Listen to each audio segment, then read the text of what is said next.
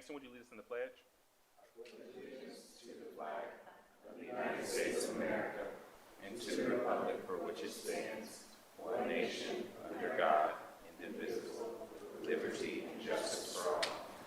This evening, council is grateful to have my friend Pastor Arthur Davis from the Mount Nebo Baptist Church here to lead us in prayer. Pastor, thank you for being back at council with us.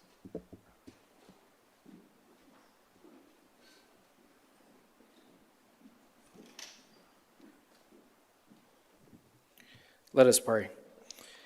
Gracious and eternal God, we pause at the beginning of this meeting to acknowledge your presence and ask for your guidance. We thank you for the city of Columbus, for its people, its neighborhoods, its families, and for all who call this city home. Thank you for those who have accepted the responsibility of public service and for every person gathered here tonight with a desire to make our city stronger, safer, and better. God, we ask that you grant wisdom to the members of this council, give them clarity in their decisions, compassion in their deliberations, and courage to do what is right, even when doing what is right is difficult. Remind them that behind every resolution, every ordinance, every decision, and every vote are real people whose real lives will be impacted by the work done in this chamber. May we never forget the voices that are too often unheard, the neighborhoods that too often feel overlooked, the families struggling to make ends meet, our children who deserve opportunity, our seniors who deserve dignity, and every resident who deserves to feel seen, valued, protected, and represented. Bless our mayor, our city council president, every member of the council, city employees, first responders, community leaders, and all who work each day for the good of Columbus. Thank you for every hand that worked to restore our city from recent storms. And Lord, we thank you for the protection of those underfed and unhoused that had to endure. Now tonight, God, where there is division, give us understanding.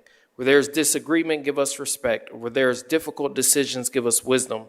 Where there are challenges facing our city, give us courage to confront them together. May the work accomplished here tonight move Columbus toward greater justice, greater opportunity, greater unity, and greater hope. Bless this meeting, guide every decision and every discussion. May all that is done ultimately serve the people of this great city.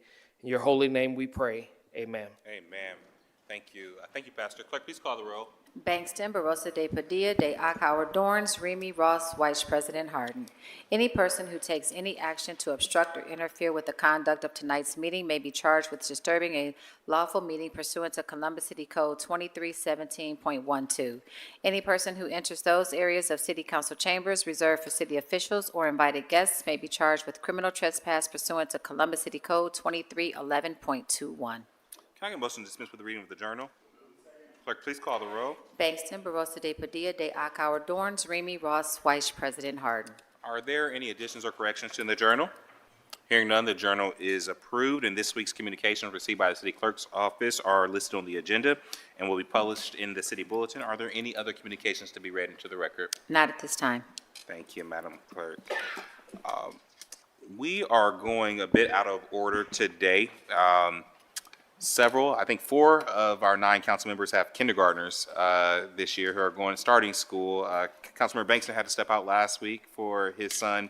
Councilmember Green is out tonight for parent-teacher conference, and I will be leaving as soon as we take our first vote to join my son for his Meet the Teacher. So thank you all, my colleagues, for that discretion, and thank you to the community for understanding. We are going to, are there any requests by members of council for the removal of an ordinance or resolution from the consent portion of the agenda? Hearing none, may we now have a motion to waive the reading of title of 30 legislation by the city clerk? Clerk, please call the roll. Bankston, Barossa de Padilla, de Akauer, Dorns, Remy, Ross, Vice President Harden. Thank you. Will the clerk now read into the record ordinance numbers of 38 legislation on tonight's agenda for first reading? In Finance and Governance, we have ordinances 2013, 2193, and 2258-2026. Economic Development and Small and Minority Business Committee, we have ordinances 2226, 2228, 2229, 2230, and 2231-2026. Public Service and Transportation Committee, ordinances 2088, 2094, and 2180. 2118, 2165, 2175, and 2266-2026. Neighborhoods, Recreation, and Parks Committee, Resolution 166X-2026. Workforce, Education, and Labor Committee, ordinances 2069, 2070, and 2079-2026. Health, Human Services, and Equity Committee, ordinance 2236-2026. Public Safety and Criminal Justice Committee, ordinances 2086, 2210, and 2263-2026. Housing, Homelessness, and Building Committee, ordinances 2218 and 2294-2026. Public Utilities and Sustainability Committee, ordinances 1305, 2061, 2062, 2067, 2074, 2103, 2109, 2121, 2122, 2129, 2139, 2142, 2148, 2158, 2171, 2172, 2179, 2186, 2187, 2188, 2227, 2238, and 2247-2026. Zoning Committee, we have rezoning 1931-2026, variances 1932 and 2073-2026. Thank you, Madam Clerk. We don't have any speakers on the first reading portion, the first reading portion of the agenda. The following ordinance appear on our agenda as consent. Would you read those into the record now? Yes. Resolutions of expression, 176X, 177X, 162X, and 163X-2026. Finance and Governance Committee, we have ordinances 1653, 1960, 1969, 2032, 2084, 2085, 2140, 2159, 2217, 2255, 2259, 2269, 2276, 2285, 2290, and 2300-2026. Economic Development and Smaller Minority Business Committee, ordinances 2221, 2224, 2225, 2279, 2310, and 2311-2026. Public Service and Transportation Committee, Resolution 174X, 175X-2026, ordinances 2102, 2106, 2183, and 2190-2026.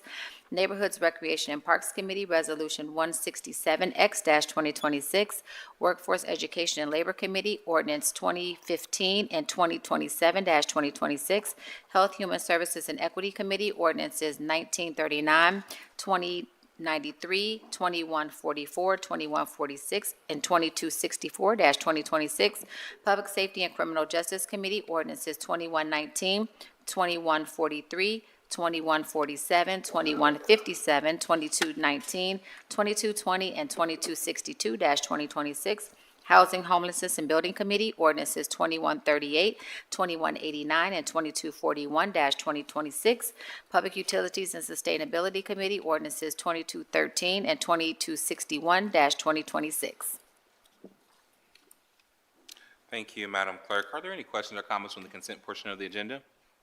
Hearing none, may I have a motion to approve for these items designated as consent?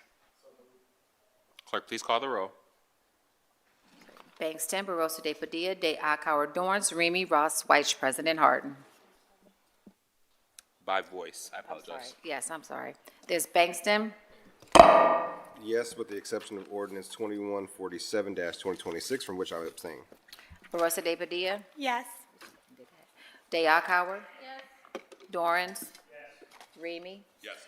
Ross. Yes. White. Yes. President Harden. Yes, with the noted exception, the consent agenda is passed.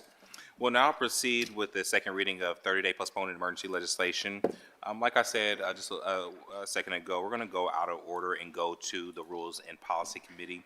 Council members will go back to announcements and resolutions after we work through our two ordinances in the Rules and Policy Committee, but I chair that committee.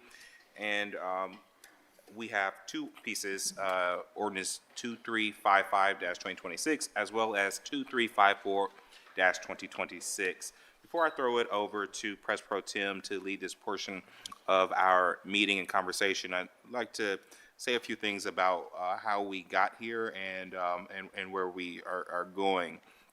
As Columbus grows, we talk a lot about issues like housing, transportation, zoning, economic development, and public safety. But foundational to all of those issues are issues like democracy, transparency, representation, and governance. And democracy is not static, and good government requires us to periodically step back, and ask whether the structures we created are still serving their purpose. As our city grows, we need to give more folks a seat at the table, and making sure that every neighborhood has a champion so that our growth benefits everyone is a top priority. And that's why we're here today, to take a bold step toward change. First and sincerely, we want to congratulate our city RSA. The work that you have done over the last year, talking to more than 23,000 of our residents, it can only be applauded. You saw an issue, you went out and did the work. You advocated. I don't think there was a festival or a grocery store that I went to that somebody did not come up to me with a petition. That was good work, and you got us to this point, and sincerely, we say congratulations. And then secondly, I also wanted to thank them for, after they got their, the legislation or initiative to the ballot, essentially, they also were not afraid to come and have conversations with council. And for 7 weeks or so, members of the coalition and members of this body sat in a hot room upstairs and tried to figure this thing out. And so I want to thank them for that. I think those conversations were in good faith, and I think that it was a good use of our time. With that, I also want to thank my colleagues, many of whom joined those meetings and joined those conversations. Those were led by Pres Pro Tem Dorans, but specifically Councilmember Bankston and Barosa de Padilla, but most of our colleagues sat in those. And it led to where we are today. We ultimately couldn't get to one single ballot measure, but they did encourage us to submit one to complement theirs, and we'll do that this evening. I want to be very clear. I support putting both measures before Columbus voters. I will be voting for both, and I will encourage folks to vote for both. Because I said it the other day. My mentor, former Mayor Coleman, said that a city that stays the same falls behind. This is an opportunity for us to take a step forward together that I believe will continue to build trust in this institution, in this body, as well as being common sense in how we continue to govern for an entire city. I am very proud of this process and how we got here. With that, I'm going to kick it over to our leader on this, Pres Pro Tem. Well, thank you, Council President. I think a lot of my comments are going to echo yours, but as I said earlier, tonight is a historic evening at Columbus City Council. We as a body, but more importantly as a community, are coming together to make a decision on how this legislative body should be structured moving into the future. While the votes we're taking tonight are on new proposals, this debate is certainly not new. It's one that for more than a century has been debated by council members and the community. During this past year, I've heard a lot of ideas and opinions about what people in Columbus think would be best for our city. First, allow me to acknowledge, as I have in the past, that our current system must change. In that change, personally to me, I personally support moving the majority of council seats to true district representation. Again, echoing the President Hardin's comments, I want to thank and congratulate the RCD-RSA Coalition for the work to ensure that we move forward with real reform on this aspect of council structure. Again, I also appreciate the good faith dialogue, even if it was in a hot room over many weeks, with both representatives from their coalition and council members, towards a potential framework that both they and council could support. In those discussions, we identified, I think, key variables that we need to be addressed in order to build a clear, more transparent, and ultimately fair council system. Again, while those discussions did not result in us being able to advance a single joint proposal to voters this fall, I appreciate the coalition inviting council to move forward its own charter amendment on this topic, so long as it did not conflict with theirs. I've worked very hard over the past several weeks with my colleagues in an attempt to do just that. Council's proposal seeks to complement the RCD-RSA proposal in a number of ways, adding a total of 4 at-large seats to the 9 district seats established by the coalition charter amendment. These at-large seats will be phased in over the 2027 and 2029 election cycles. We've heard from leaders in the African-American community and labor leaders that these seats are important for racial representation and to have elected leaders that are focused on policy issues that know no neighborhood boundary, like addressing homelessness, building more affordable housing, targeting infrastructure investments to neighborhoods with the greatest need, and more. Council's amendment will also redraw the council district maps as soon as practically possible, slated to be ready for the 2029 election cycle. While we further debate over how these maps may or may not have an impact on minority representation on council, we should all be able to acknowledge that learning from the lessons of how these maps were drawn previously are critical to ensure that new maps and district lines are better suited for representation concerns as they become true district seats. In our discussions with the coalition, we also talked a lot about the need for campaign finance reform to go along with these changes to council structure. And that's why I'm announcing that at our meeting on August 31st, I will bring forward legislation to reduce campaign finance contributions by half. For the first time, cap in-kind transfers between campaign committees. We will have that on first read on the 31st with expected passage in September. And before I open things up to my colleagues and move into public testimony, I again want to thank their coalition for their willingness to engage and many other constituencies that have got us here tonight. While I know there are many things that we may disagree about on the pathway forward tonight, I believe that this council has tried its best to listen and to learn and lean into an effort to build a system that hopefully end a debate that has endured for decades. Thanks to the RCDRSA leadership for taking the chance by engaging with us meaningfully and directly. It would have been easy for folks to avoid this dialogue, but you all did the hard thing in helping to try and find a pathway that sought to address the concerns articulated by those outside of your coalition. Tonight, as President Hardin is as well, I will be a yes vote on both of these charter amendments. I'll be a yes vote this fall at the ballot box, and I'll be encouraging both my colleagues and all residents and voters in our community to do exactly the same as we head towards this fall's election. With that, I want to pause and open it up to my council colleagues. Councilor Rosa de Padilla. Thank you, President Pro Tem Dorans. I did write let's see how this goes, friends.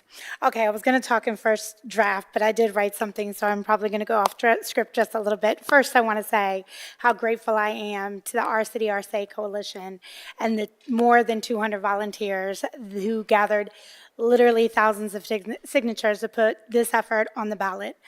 I also want to thank and acknowledge the longtime community leaders and advocates who have carried this fight for representation forward for decades. I believe that change only happens but for the people, and this is a perfect example of that. And in November, the people will have their say. I'm proud to support Our City, Our Say because Columbus residents deserve a city council that is more directly accountable to the people and the neighborhoods it serves. I've listened to longtime community leaders, communities of color, neighborhood advocates, and residents across Columbus who have been asking for greater representation and for continued leadership that reflects the communities we serve. And though those voices matter, and after years of advocacy for real district representation, I believe we have a responsibility to listen and to act. Our City, Our Say is an important first step toward building a more accountable and representative City Hall. And at the same time, I believe we must continue the work of ensuring our system protects the voting power of communities of color, keeps neighborhoods meaningfully represented, and gives us the tools to address challenges that affect the entire city. I was proud of the work that we did together with my colleagues and the negotiating team for Our City, Our Say. While we went through the process of challenging ideas and concepts and pushing for progress, it was inspiring to see diverse perspectives at the table, planning for a better Columbus for all of us. I was also keenly aware of the voices that, for a myriad of reasons, had not been at the table to share their concerns. And at such a critical time when we are restructuring how our city operates, it felt imperative to me to not leave options on the table as we discuss representation and campaign finance and access issues that would give us even closer to more accountability and equity and representation. And that's why I support this approach. It's a yes and. 9 district elected members, additional at-large representation, and an independent process to redraw our district maps so they make sense for our people. We can strengthen neighborhood accountability while preserving the ability to tackle citywide challenges together. For me, this is ultimately about who government works for. It should empower the people, not protect the people who hold office. And I trust that our people, the people of Columbus, know what their communities need. They deserve to know who is accountable to them and to have the power to demand change when our government falls short. And I believe that this is an important step forward to a more accountable representative City Hall. And now it's time to let the people decide. Thank you. Thank you, Councilmember. Any other comments? Councilor Bangston? Thank you, President Pro Tem, and again, thank you for your leadership on this. I'll be brief, and not to echo, I think, what my colleagues said, but just wanted to again echo thanks to our city, our state, for coming to that table. I said this at the hearing, and I think what I hope they came away with, I know I did, was that this wasn't about political points or posturing. It was really about folks coming together who cared about the direction of this city. So I want to thank them because it's because of that simple fix of getting to districts why we're now here to have a broader conversation about comprehensive election reform that I believe will stand the test of time and shape this city. So again, thank you to our city, our say, and I echo and say this, that I will be voting yes on both issues. I will go proudly to my party and to other folks and ask them to endorse both issues because I think it's going to take both issues for us to really bring that comprehensive election reform to this community for the next generation of Columbus residents. So again, thank you, Council President, for your leadership. Thank you again to the residents for lifting your voices and pushing us to be here. Any other comments from Councilor White? First, I will echo the congrats to the Our City, Our Say folks. As one of the signers, I was happy to see that you guys are moving forward with the ballot initiative. I think even at the time, though, I was pretty clear and felt like that was not enough to address a lot of the concerns. I'm happy to see that we're doing the campaign finance stuff. I'm happy to see that we'll have an at-large view of the city. But I want to encourage us not to be stagnant. Like, what has been done is good. There is more that needs to be done. This is not a part-time job. It needs to be a full-time job. So I would be one in favor of us seeing another charter review commission at some point in time to kind of get us to that point. But I do want to congratulate you, President Pro Tem, and all the work kind of going back and forth, because it is not easy to negotiate with folks, especially when there is an assumption that trust is not there, right? And so who wants to show their cards first? I'm glad we got to this resolution, but I just want to encourage us to say there is more we should be doing, and this should not be the only time that we change our system. Like, it's should be fluid to kind of move with the growth of the city. So. Thank you, Councilmember. Any other comments from colleagues? Seeing none, as the Council President said, we're doing a few things out of order, and since we have, I think, a number of speakers that are seeking to speak on both ordinance 2355 and 2354, we're just going to actually have speakers sort of come up at one time for both before I ask for a vote of my colleagues. So I'm going to call folks a little bit out of order just to make sure we have some semblance of keeping things in line here. But first, I want to ask Mr. Jesse Vogel and Mr. Maitland Neff to come forward as they're representing the Our City, Our Say coalition here this evening with us. Welcome back to council, gentlemen.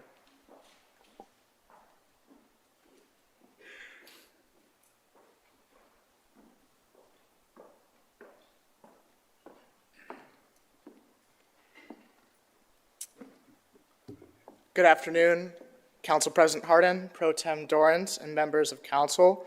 My name is Maitland Neff. I am proud to be here tonight on behalf of Our City, Our Say, a nonpartisan coalition of individuals and organizations representing varying areas of advocacy that has, since its inception, been rooted in the belief that everyday people deserve a meaningful voice in the decisions that shape the communities we call home.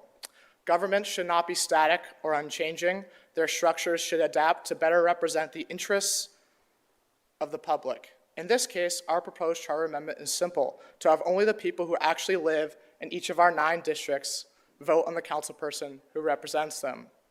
Nationally, Columbus is an outlier. Among the 30 largest cities, we are the only one in which the majority of people may vote for a candidate who does not represent them. This summer, I spoke with over 1,500 residents who understand that this system is not working for them, and they are not being heard. We believe that this change will be one step towards ensuring our local government is beholden to the struggling and disenfranchised many, rather than the wealthy few who may have the financial means to fund citywide campaigns and as a result have an outsized influence on politics and governing decisions in Columbus.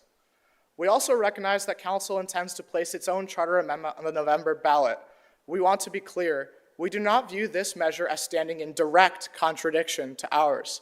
Instead, we see this as an opportunity for both choices to be placed before Columbus voters and for the people to have the final say on how they want their city council to be structured moving forward. However, I would like to focus my remaining remarks on the citizen-led initiative of Our City, Our Say, and the significance of this moment for the people of our city. Tonight marks a historic moment in the pursuit of meaningful municipal representation in Columbus. By formally referring the Our City, Our Say proposal to the ballot, Council has ensured that this decision will not be made behind closed doors, but will ultimately be placed in the hands of Columbus voters. We would like to take this opportunity to thank the more than 250 volunteers who knocked on doors, stood outside of coffee shops, attended events at Bicentennial Park, at Pride, Confest, Juneteenth, and more, in the rain and summer heat to have this conversation with Columbus, one person at a time. This includes one volunteer who knocked on the door and spoke to an individual who was part of an effort to deliver district representation in 1975. 23,188 people took the time to sign this petition in near unanimous agreement that our local democracy needs to be more accountable and responsive to the concerns of residents and neighborhoods in our city. We hope that all council members will publicly support the Our City, Our Say campaign, as some of you already have to varying degrees, including and a special thank you to Councilmember Green for a recent statement in support of our initiative. We look forward to working with and being in community alongside City Council and to all those who believe in a government that is of, by, and for the people of Columbus. We're also asking that Columbus vote yes on our charter amendment. We're excited to continue engaging in this voter registration and awareness campaign in the months leading up to November 3rd. We will continue to meet residents where they are at, in their neighborhoods, community events, and door to door. Please join us in this effort. We would love to stand alongside of you. Thank you.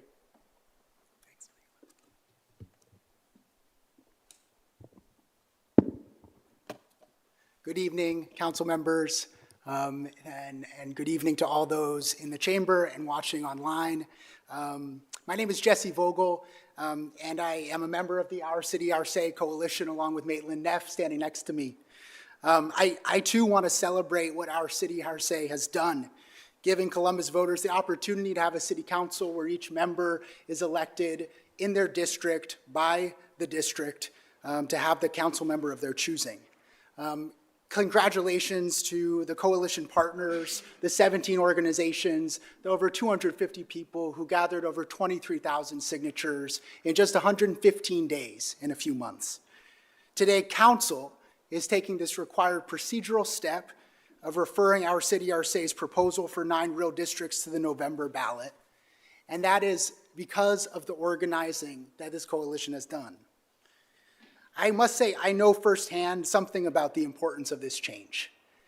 As a candidate for city council last year, I heard questions and concerns about our system, where a council member is elected to represent a district, but the whole city votes. It doesn't make sense to voters, it sows distrust, and it makes accountability hard. The result in last year's election, where I won more votes in the district and came up short citywide, I think it's safe to say, is one that no one wanted. But that result provided an opportunity for this dialogue and hopefully for some change. And I'm grateful for the organizers and volunteers who have taken that opportunity and run with it, building truthfully on decades of advocacy around this issue for real wards. We have a moment in politics, and we can take it or not take it, and we all have decided to take it. I don't take that for granted. Today, in addition to referring Our City, Our Say's proposal for 9 districts to the ballot, this council plans to vote to refer another measure to the ballot for voters' consideration, which in addition to providing 9 real districts, would add 4 at-large seats phased in over 4 years, initiate a public process for looking at the maps, and reducing the number of signatures required to get on the ballot for a district seat. This council's leadership has also provided an opportunity to take a look at campaign finance rules and make some change. I agree, Councilmember Weish, on all kinds of issues more is needed. To those who are skeptical of the decision to refer something else to the ballot, adding at-large seats in the coalition that I've been working with, I hear you. I've been frustrated to watch at times local government make choices that prioritize at times big money interests over the needs of real people in our city. I don't like that either. And I believe that these at-large races at times can contribute to that disconnect. And yet I also believe that this choice to put something on the ballot that also provides the change that our city, RSA has been demanding, 9 real districts, you all are voting on that as well. That demonstrates the power of this coalition's work. I believe it reflects as well how one might expect a representative democracy in local government to work. People organize for a change, others express concerns and additional demands, and elected officials respond. The concerns shared by some union leaders, faith leaders, and Black community leaders that we have heard throughout this discussion are genuine concerns. And I believe that this body's effort to incorporate those concerns is in good faith, and that this whole thing reflects some progress. Ultimately, we all know what we need is not just a council structure that provides greater accountability and more responsiveness and more democracy, but a council that delivers all of that. So the work of the organizers, including those here in this room tonight, those outside this hall earlier, advocating not just on council structure, but on other issues, that work must and will continue. The people in November will decide our council structure, and then it's up to all of us to continue to build a city that works better for all. So thanks. Thank you both. The next speaker come for council on these charter amendments is Mr. Will Harmon.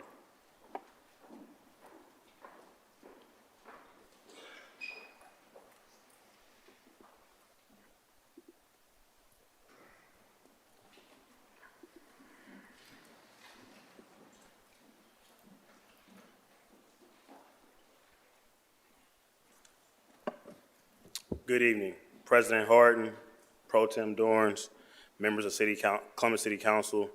Thank you for the opportunity to speak today. My name is Will Harmon, and I am the president of ASME Local 1632. Last week, I submitted a statement that was presented before you all and asked this council to maintain some form of at-large representation on council to make sure that council could maintain a citywide view while making needed changes to stay responsive to the people of Columbus. Today I am here in person, and I am happy to say that in Labor's view, this amendment helps to accomplish that. Columbus is one of the fastest growing cities in the country, and the problems we face are growing right along with us. The expansion of flock cameras across our neighborhoods, the desperate need for more housing, and a state and federal government that seem more interested in making our job harder than helping us do it. None of those problems stop at a district line. They are citywide challenges, and my members need a council that can see the whole picture as well as they see the small details. Adding 4 at-large seats over 2 election cycles is a smart, measured approach to make sure that we can keep that whole picture view. It prevents too big of a change too quickly. It avoids having to draw straws to see who goes up for re-election first, and it makes sure that at no point do the at-large members control council. They will be just another voice on it. I also want to mention how I appreciate that this amendment calls for the district map to be redrawn in 2027. As many people have mentioned, the current maps were not designed to be voting districts, just equally sized chunks of the city to avoid one neighborhood electing all of council. So getting that redraw on the books is an important step toward making sure this council actually reflects the city it represents. A lot of attention has been put on to the importance of a simple solution, and I think that this is a much more complex problem than what people are giving it credit for. So I want to thank you all for this reasonable, thoughtful approach. We urge council to move forward with this amendment. Thank you, and I'm happy to answer any questions. Thank you, President Harmon. Any questions from council? Seeing none, thank you for being here. Appreciate it. The next speaker come for council is Mr. Willis Brown. Is Mr. Brown with us? Please let the record reflect that Mr. Willis Brown was not here. Next speaker is Ms. Rachel Wenning. Ms. Wenning here? Don't see her either. Next speaker come for council is Kaz Kimura. Mr. Kimura here? Please let the record reflect that Mr. Kamara is not here. I know I saw Mr. Nathaniel Wilkins. Mr. Wilkins? Welcome back to council, sir.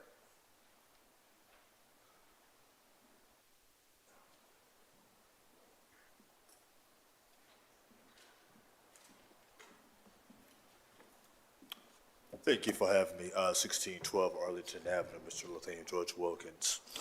First of all, I would love to see a larger district. And let me tell you why I suggested 13 city council members and 5 large seats. I think 4 large seats is not ethical. We're also leaving out the multi-disability people, visually impaired, and multi-handicapped. 13 seats will represent the whole entire city, and having not 4 seats, but another seat that will represent the multi-disability people, the hearing impaired, and multi-handicapped. This is a good idea to step along with the city of Columbus, why the city is still growing. The reason why I suggest this, my own ideas, is because I took and bought a house in Linden. And I came through all of this. And instead of having this like this is an old book I printed back in 2007. I got several books like this. And so, again, see my neighborhood not to be this empty properties, torn up properties. That's what I see every day.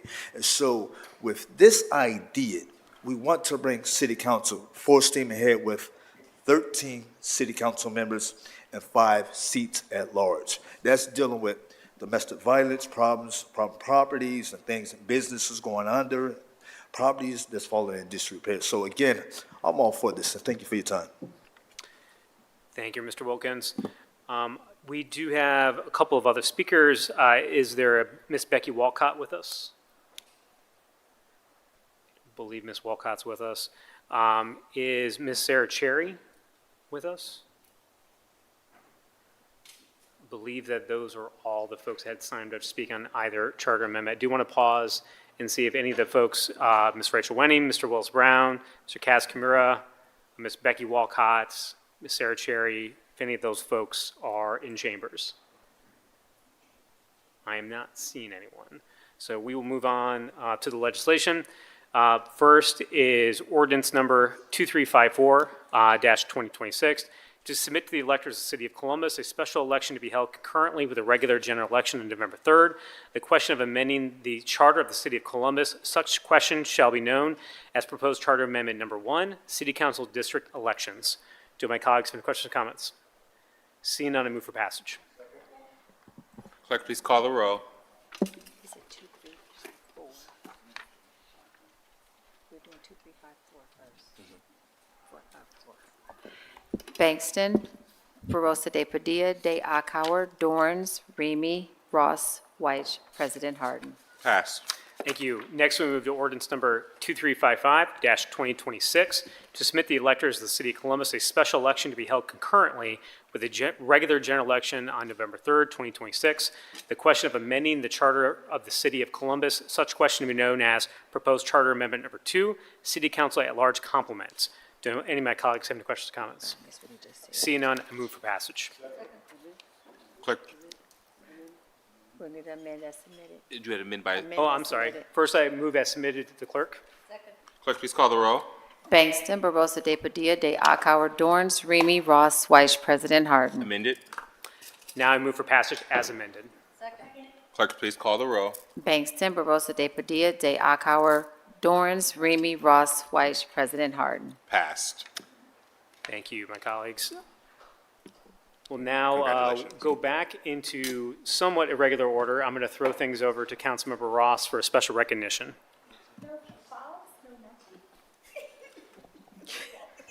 Thank you. Councilmember Ross. Thank you, President Pro Tem Dorans. If I could ask for representatives from our Division of Fire, representatives from our Division of Police, representatives from our Department of Rec and Parks, our Department of Public Health, from Team Rubicon, representatives from Tent City Showers, representatives from Columbus Water and Power, and the Department of Neighborhoods. Could you all come to the front for me? I hate to call you out, but I need to call you out. If you are already here, you can stand up, would you, please? Thank you.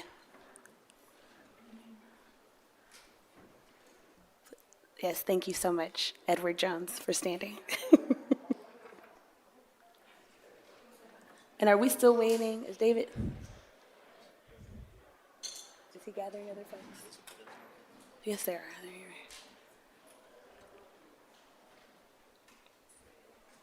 Department of Public Service, could you also please stand? Thank you. Department of Development, could you also please stand? Thank you. Tent City Showers, did you guys make it in? Could you all come up for me, please? Thank you. You might as well stand. I asked for both divisions to stand, but yes, Public Safety can also stand.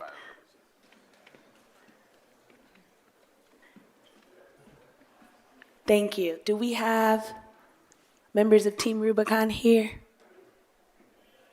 Okay. I'll hold tight. Now I'm making you guys stand up for a long time, and I apologize, but...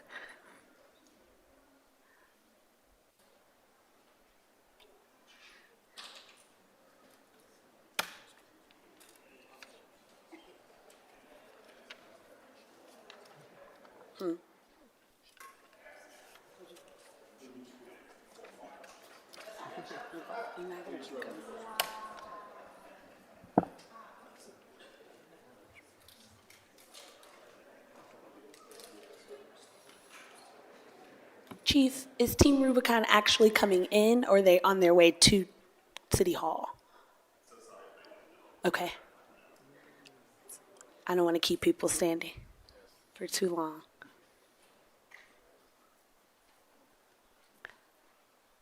All right. I'm going to start, and then when Team Rubicon comes in, we can just give them a round of applause. How about we do that? So for the past several weeks, we have been dealing with an extraordinarily difficult and devastating issue for the city of Columbus, being hit by tornadoes, harsh winds, and storms. And the recent weather emergencies have left many residents without power, food, personal belongings, and in some cases, a place to call home. My thoughts and prayers are certainly with every individual and family who has been affected. And it's oftentimes during disaster and crisis that the strength, resilience, and preparedness of our city are put to the test. Having been at the forefront of crisis in our community, I knew immediately that we needed to lean in and come together and galvanize as much support as possible to assist our neighbors in their time of need. I'm deeply grateful to my colleagues on City Council who have stepped forward in countless ways, such as organizing cleanups, making calls, canvassing communities, listening to resident stories, advocating for resources for support, standing in the gap, brainstorming solutions, and deploying a coordinated response, and being boots on the ground. I want to also extend my sincere appreciation to my team for their dedication, for leaning in, and for working alongside me throughout this response. Also like to recognize in particular Councilmember Lourdes Barroso de Padilla and her team, Councilmember Weish and his team, Councilmember Green and her team for their tireless efforts and commitment to our residents. And I'd also like to surprise someone. Is she around? Is Catherine Cole here? Are on their way. We'll do that later. Let me take a moment to recognize our first responders and the many organizations and businesses that have answered the call to serve our residents, including our administration, the Division of Police, the Division of Fire, the Department of Building and Zoning Services. You were supposed to come up, Director Celebrezzi, Director Messer. Thank you for standing. Our Department of Code Enforcement, Department of Neighborhoods, Columbus Water and Power, Department of Public Service, Department of Safety, Team Rubicon, BESA, Soul Classics, Legal Aid, Charity Newsies, Southeast Lions, CME Bank, McDonald's, and the Mendoza Company. Your partnership and compassion and commitment have made such a meaningful difference in this time. And to Tent City Showers, thank you. To Team Rubicon that is coming in right now. Round of applause. Thank you so much. These are a group of volunteers that came into our community, answered the call without hesitation to support our residents, and we are so thankful and so grateful to each and every one of you for all that you have done for the residents of this city. And certainly while the tornadoes have passed and the flooding has seemingly subsided, we're going to cross our fingers. Many people are beginning to find their way back toward a sense of normalcy. What I do also know is that far too many of our neighbors are still without the necessities that they need to recover and rebuild. And so our work here is not done. And so while I am thankful of everything we have done to now, I certainly appreciate our continued partnership in the days to come to ensure that all of our residents are able to start over and to stabilize as we continue this work. So thank you to everyone. And before I wrap, I want to just give a little bit of an update and brag on behalf of Team Rubicon. As of today, they have removed 35,000 cubic feet of debris. They have served over 80 families at 80 different unique locations, and they have generated over 145 different work orders in response to this disaster. So Ralph, Team Rubicon, again, we applaud you. Tent City Showers, to the administration and all of the directors who have stepped up to provide a coordinated response. Thank you so much.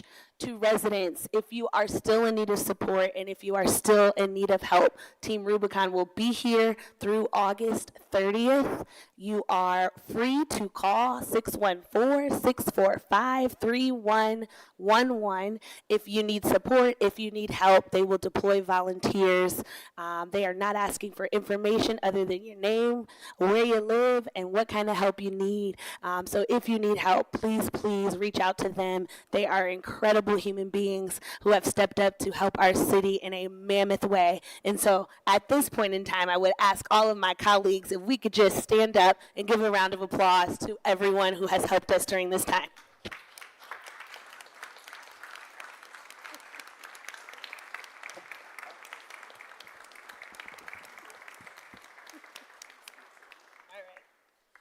Also,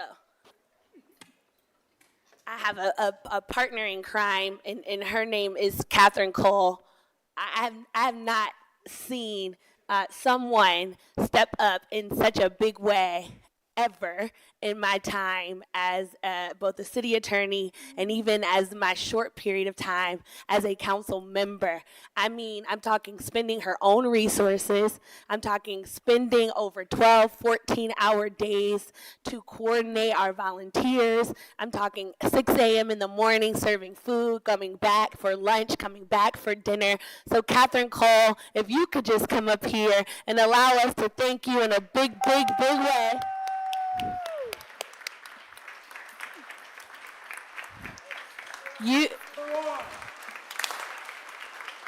Catherine, you are the epitome of what public service is and should be. Thank you for your sacrifice. Thank you for the long days, the long hours that you have worked to support council and to support the residents of this community. You are absolutely necessary. We would not know what we would do without you, and we appreciate all that you have done. Thank you all. Councilmember. Before I wrap with this recognition moment, do I have any comments? Yes, from my colleagues? Councilmember Ross, I just also wanted to say, thank you for your leadership. I think one thing that we are learning as a city is that we talk about how Columbus is growing, we talk about how we need to pivot a lot, but we don't also talk about the conditions of the world and how they're rapidly changing. You know, we have seen some of the worst snowstorms this year. We have seen high temperatures this year. We have seen record rainfall this year. And so I think as a city, one muscle that we are building is how do we respond? And so understanding, you know, in the midst of this storm, there were many things happening, from folks being displaced to trees that folks can't take care of. We want a tree canopy, but when you have a 40-foot tall tree, it's expensive to take care of. And so there's lots of questions that we're grappling with as a city. And so I just want to thank you for your leadership of stepping into those gaps, of working from the council side, of figuring out how we could meet, especially for you and I, where, some of the hardest hit places were in your district and in mine. I also just want to thank Team Rubicon. This is, first of all, they have served our country as veterans, but then decided to serve, and they're coming to different places. They're sleeping on cots. We're providing you good meals, but still, which Catherine has been instrumental in getting to all of you. But, I was an AmeriCorps volunteer, so I know what this is like when you're working in disaster relief and traveling to different places. And so I just really want to thank you for your service. I think that this is, when we talk about communities coming together to stack hands, from BESA to, we talked about folks giving us not just meals for folks here, but meals for folks at the shelter, the Red Cross, shoes for kids who are starting their first day. Imagine that your first day of school comes and you're sleeping in a gym in one of our rec centers. And that was a reality that some of our families are facing. And I know that there are still folks out there, because in a city of 1 million people, it's sometimes hard to find the resources that are there. But just please know, if folks are seeing this, please continue to call 311. Please continue to call to these folks who we have for another week or so in our city, so that we can continue to address the issues. But I think that this is also just a moment for us as a city to really build this muscle of how we're showing up for our folks as the world is really rapidly changing. So thank you again for your leadership, and thank you for all of our colleagues who pitched in at different times. Absolutely. Thank you, Councilmember. Any other comments, questions? All right, one last round of applause for all of you. Thank you so much from the bottom of our hearts.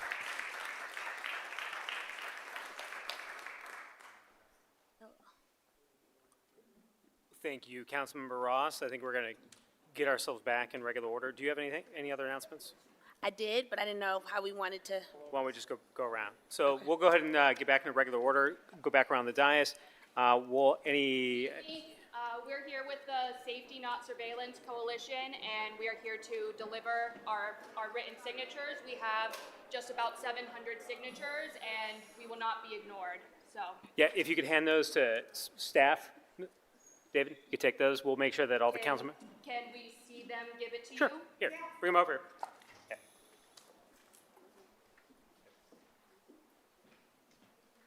Thank you. Thank you. Pass them down.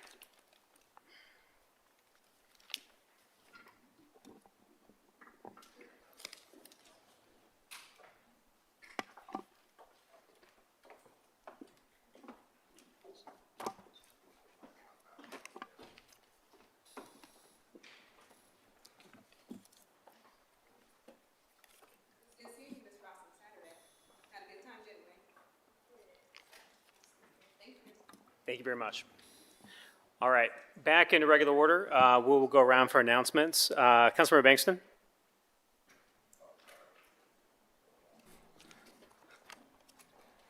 Well, good evening, everyone, and welcome back to council. Again, echoes of thanks and gratitude to our first responders as well. A couple announcements from me this evening. First, I want to discuss our Voice, Our Choice budget. We have 1 week left for idea collections, and so excited to see what has come in so far. Right now, we have over 350 ideas that have been submitted, and I can confidently say that the engagement so far has been incredible, and I've thoroughly enjoyed reading the great ideas submitted on the platform. A lot of them over $1 million, but we'll figure that out in the next phase. Next Monday, August 31st, and again, I want to say that you have till the 28th to submit those ideas. So please go on to the website, submit those ideas, work with our community-based organizations to get those in. Next Monday, August 31st, we'll be stepping into the most critical phase of this entire process, and that is the proposal development phase. And we need you to help lead it as a budget delegate or a budget facilitator. As we have said throughout this entire process, participatory budgeting is really about the people and making sure that they are involved every step of the way.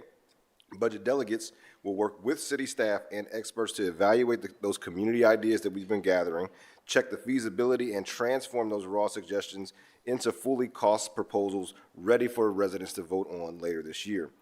Our budget facilitators will mediate these discussions to help keep them inclusive, fair, and focused, and make sure that it reaches the essence of the proposals themselves. Budget delegates and facilitators are truly the backbone of this next phase, so we need your leadership and expertise and community ideas to come together to make the final ballot. So please, if you are interested in being a budget delegate or a budget facilitator, it's really simple. Just check the volunteer box when you submit an idea online. You can apply at common.oneproject.org/Columbus or email us at participatorybudgeting@columbus.gov to confirm your interest or with any questions you may have. Please lean in and volunteer to ensure that we can continue the success that we have seen so far. So really looking forward to, again, those ideas coming to fruition and voting on them later this year. Also want to get ahead of September. September is Sickle Cell Awareness Month, and we'll be kicking it off here in the city of Columbus. As many of you know from me, this is very personal. My wife Habiba lives with sickle cell disease, and sickle cell disproportionately affects Black and brown communities across the country. In fact, 1 out of every 365 Black children that are born in this country lives with the disease. And also Latino communities are impacted as well. So how fitting in September for us to both celebrate both of those milestones of Latino Heritage Month as well as Sickle Cell Awareness Month. So join me on Thursday, September 3rd. The city of Columbus is partnering with the American Red Cross for our Sickle Cell Awareness Month kickoff blood drive at the Fran Ryan Center from 12 to 6 p.m. And this will not be your typical blood drive, okay? We're gonna have a good time, y'all. So if you get what they say is deferred and you can't give that day, stick around because we're gonna have a DJ, we'll have a mocktail bar. That means no alcohol for folks that don't know what mocktails is, okay? You can't drink and give blood, okay? But I got some juice for you. There will be free health screenings and also a chance to connect with local health organizations during that day. Again, we're really excited. We want to bring some energy to this. I always say this, that when it comes to the blood supply, we are the chain. We are the supply chain for that. And so when we talk about shortages and we talk about that, it's our responsibility to step up for our neighbors and to give blood. So one donation, 1 hour of your time, it can save up to actually 3 lives. So please join us September 3rd at the Fran Ryan Center, and let's show up for our neighbors together. Again, that's the kickoff to the blood drives. As always, every year in September, we will have different blood drives throughout the entire city. I want to say thank you in advance to all of our city employees. Every single year, you guys knock it out of the park and we exceed our goals. And so thank you for showing up for our neighbors every single day, showing up for our neighbors when we're in the midst of crisis like extreme weather, but also just showing up by giving blood and saving lives. You guys are amazing. So with that, that's all I have. Thank you, Councilmember Bakeson. Councilmember Rosa De Padilla. Thanks, Pro Tem. Just a few announcements. First, welcome back to school for all of our kiddos who started last week. It's funny, as we have many kindergartners starting. I have a college student who's starting, so sending love to all the people who send out their babies to colleges all around the country. But with that, now that school is back in session, this is just another reminder to all of our drivers that we are going to, in the mornings and in the after-school time, that there will be young people. Actually, we just have a great sidewalk project that we're going to talk about in just a little bit, but we are going to have more young people on our roads riding their bikes to school, walking to school, etc. So just be aware of your surroundings, especially in our neighborhoods, as our kids are walking to and from school. We always want everyone to get to where they're going safely and get back home safely, but especially during this time of the year. That also goes for our college campuses that have been a little quiet, especially at OSU when you're traveling down High Street. Watch out for all of those pedestrians. Also, September's a funky month because we don't have a lot of council meetings. So coming up, it is Latino Heritage Month. Thanks for the tee up, Councilmember Bankston. Please save the date for September 17th. We will be hosting the Padrino ceremony and the illumination for Latino Heritage Month here at Columbus City Hall. I also want to congratulate Festival Latino that celebrated this past weekend in a new venue, which unfortunately was moved because of some things that were happening in our community to make our community feel a little safer. But it was a tremendous success. So I want to thank everyone who came out to support our Latino businesses. We had a record number of Latino businesses that were local representative at Festival Latino this year. And so we want to keep that energy going. So make sure you join us on the 17th and on October 3rd for our big Latino Heritage Month event, La Feria. You will be hearing much more. If you don't follow us on social media, please look up Latino Heritage CBUS. That's all for me. Thank you. Thank you, Councilmember. Councilmember Diak-Auer. Thank you, President Pro Tem. First, I'd like to make everybody aware that we have our last two Rise Up CBUS events happening this year. This will be on August 27th at Coleraine Elementary, and the other will be on September 10th at First Church of God, and both of these will take place from 4:30 to 7:30 p.m. As always, these are free, family-friendly outdoor community gatherings hosted by the Department of Neighborhoods. There will be complimentary meals, live music, local performances, and children's activities like games or bounce houses.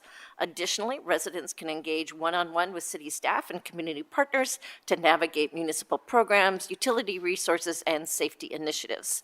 So mark your calendars, and let's close out this summer season of community events aimed at building up our community ties.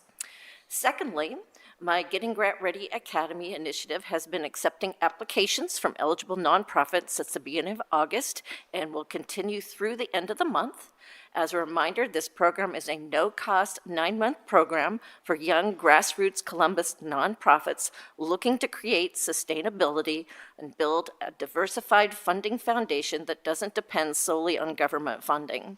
You can head to the council social media pages or my social media to learn more and get the link to apply, or you can contact my office if you have any questions. And finally, before council went on recess, I was proud to sponsor, along with my colleagues Remy and Ross, a new initiative with the National Veterans Memorial and Museum aimed at reimagining how we memorialize the tragedies of September 11th, which is celebrating its 25th anniversary. Instead of the traditional remembrance ceremony this year, the Memorial Museum will be leading the community in a National Day of Service that honors how our country came together after one of our darkest days by hosting community-focused service projects. These projects will be happening at our community centers in the weeks leading up to and following 9/11, where neighbors can come together in service. This will culminate on September 11th at the Memorial Museum with a meal packing service event where hundreds of volunteers from our neighborhoods, businesses, and nonprofits will come together to pack 117,000, that's 117,000 meal kits to be distributed through local food pantries. We also encourage people to create their own day of service. For example, pick up trash in your neighborhood, help an elderly neighbor, volunteer for a nonprofit. Come out into your community and make 9/11 a day of service. There will be announcements coming up on our social media, both City Council and the Memorial Museum, on ways to get involved in service projects in your community. And that's all for me this evening. Thank you, Councilmember. Councilmember Remy. Councilmember Ross. Okay, I'm gonna do this right and talk in the mic in the right way, hopefully. I'm still learning, just bear with me. Just a couple announcements. So I did want to give a quick shout out. Last week, the Urban League hosted pitches from small businesses in the King Lincoln Bronzeville neighborhood as a part of the Clean and Safe Corridor. So I want to take a moment just to shout out the winners of those pitches. So shout out to this year's award recipients: Glamour Girls on the Go, Elite Beauty and Barber Supply, Avenue, Dominique African Hair Braiding, and Learning on Mount Vernon. We certainly appreciate all of our small businesses, and particularly our minority small businesses, which serve as the heartbeat of many of our communities. And so it was very cool to spend some time at the Urban League and with those small businesses, understanding all of the work that they are doing to invest back in our community. So congratulations to all of you. On August the 25th at 6 p.m., I have the fortune of spending some time with the Italian Village Society and the Short North Civic Association for their monthly meeting. It will be at Seven Sons Brewing, 1101 North 4th Street. And we are going to engage in conversation around transportation, safe streets, small business growth, housing, and quality of life issues. And I would invite any of you who either live in the Italian Village community or the Short North community and want to hang out with me and have some fun conversation to attend. Again, we are there on August the 25th at 6 p.m. at Seventh Son Brewing. On Saturday, August 29th, the Kingdom Image Arts will host a back-to-school festival at 2501 Mock Road, Columbus, Ohio, 43219, to help families to prepare for the school year. So if you are in need or just want to hang for some entertainment and food, you can meet Kingdom Image Arts from 12 to 3 p.m. on August the 29th. Last announcement is there is a free Franklin County criminal record sealing and expungement clinic on Saturday, August 29th at 9 a.m. It is from 9 a.m. to 2 p.m. at the Westgate Community Center, 455 South Westgate Avenue. It is a resource fair open to all and will be held in conjunction with this event. Space is limited. Pre-registration deadline has passed, but if you need access, please give my office a call and we will try to make that happen for you. That is it for me.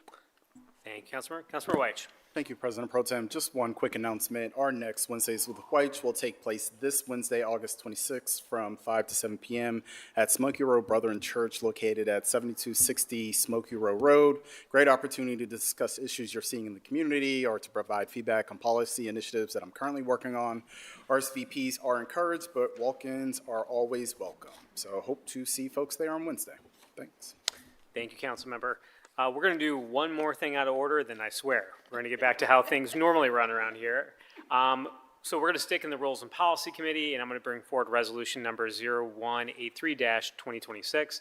I want to invite the zone-in team up to the podium as I introduce the ordinance to declare this council's intention to amend the zoning map by rezoning certain properties from Title 33 Zoning Code District designations to Title 34 2024 Zoning Code District designations and declared emergency.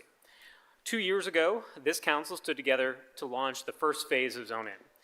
We made a commitment to the people of Columbus. We looked at a zoning code that's trapped in the 1950s, a code that was defined by outdated standards, red lines, and red tape. We knew that modernizing our code along our major transit corridors, we could build the housing our growing city desperately needs and actually make Columbus more affordable. And now, 2 years later, we know that zone-in is working. This summer, we've started to see positive data from our efforts as reports show that Columbus is punching well above its weight class. While housing permits have stalled across the country, Columbus has defined that national trend. In fact, we achieved the third highest multifamily permit rate out of the top 50 metropolitan areas in the entire country. And most importantly, for working class families, this surge in building is doing exactly what it was designed to do, stabilize housing costs. This past June, the median asking rent in Columbus was actually down compared to the previous year. Zone-in is not just a policy concept anymore. It's a proven success that is keeping more money in the pockets of our residents. But this first phase wasn't enough. It only touched about 13,000 parcels within the city, roughly about 4%. If we truly want to see an affordable, walkable, and sustainable future for our next generations, we cannot stop at just the major corridors. That's why I'm so incredibly proud to stand here today to help launch the second phase of Zone-in. We're expanding this initiative to tackle over 70,000 parcels, representing over 40% of Columbus. And we're taking the lessons of Phase 1 and using them to zone the city comprehensively. Before I turn it over to the Zone-in team for a presentation, I want to offer the floor of the Director of Building and Zoning Services, Scott Messer. Director Messer, the floor is yours. Thanks, President Pro Tem Dorans, other members of council. I'm very excited about this resolution and Phase 2 of the Zone-in initiative. First, I would like to say thanks to the Chair of Zoning, Mr. Dorans, and as well as his team and other members of council and your teams as well. Department of Development, the Zone-in team, our consultants, everyone has collaborated and contributed to this Phase 2. We continue to look forward to the community input that we're going to be receiving to help shape this phase as it did in Phase 1. As we have throughout the Zone-in initiative, we remain committed to responsibly creating more housing, growing strategically as a city, supporting high-quality development and connecting housing, jobs, and transportation. There's still a lot of work to be done, but I'm excited about where we are, and I'm looking forward to what we can accomplish with this Phase 2 initiative in Zone N. Thanks. Thank you, Director Messer. Any questions from my council colleagues for Director Messer? Seeing none, want to invite Louis Taba, our project manager from the Zone In team forward to make a presentation. Mr. Taba, welcome back to council, sir. So thank you for, President Pro Tem Dorans, members of council, thank you so much for having me here again today.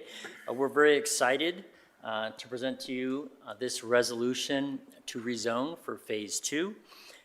As we continue our work to update the zoning code comprehensively for the first time in 70 years, we are excited to present this resolution, which will expand economic and housing opportunities to all Columbus residents. Our proposal will modernize the zoning code to support job growth, build more housing, and foster prosperity citywide. So this is our timeline. We are currently on schedule for our Zone In timeline, where we had planned to get Phase 2 before council for consideration in fall of 2026. You were provided with a packet as part of this resolution. This packet includes a mayoral letter, a proposal summary, Zone In Phase 2 goals and priorities, policy review, community engagement summary, technical summary, capacity report, code, which is the public review draft. Then we have a map series and a parcel list as well as part of this packet. This packet is based off of the council-adopted Phase 2 priorities, which, to touch base on, are leverage additional corridors to create more housing, grow the local economy to support neighborhood investment, connect housing, jobs, and transportation, and promote high-quality development.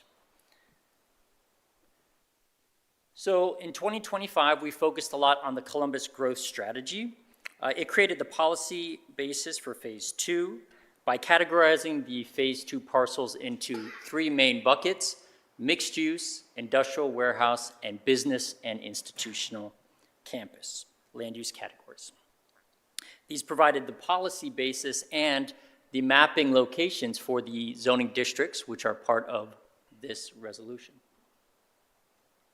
So since the adoption of the growth strategy in January of 2026, we've been working with our consultants Lisa Wise Consulting and Opticos to create zoning districts that work for the city of Columbus and achieve the goals of Zone In and the growth strategy. This phase will include 15 mapped districts. 6 of them will be from Phase 1, the mixed-use districts adopted in 2024, and we have 9 new districts. 3 which will be industrial, 3 which will be office and institutional campus, and 3 which will be industrial, and I got out of order, but 3 will also be mixed use. So 9 new mixed use, 9 new districts. The code before you has gone through a lot of technical analysis and community engagement. I want to touch base on that. But it was heavily informed by an internal review process, which included 12 city departments and divisions, which provided comments to our earlier versions of the draft, and their input helped change and shape this proposal before you at this point in time. Community engagement, we have been conducting for 2 years very robust and extensive community engagement. So not just what we did in 2025, where we engaged with thousands of residents and had our survey and made over 19,000 changes based off of their engagement to the growth strategy. But in 2026, we have engaged and attended over 122 community events. We've shared our updates with over 1,800 community members. We've had area commission and major civic engagement. One thing we've done is we go 1 month to the area commissions and present to them an update.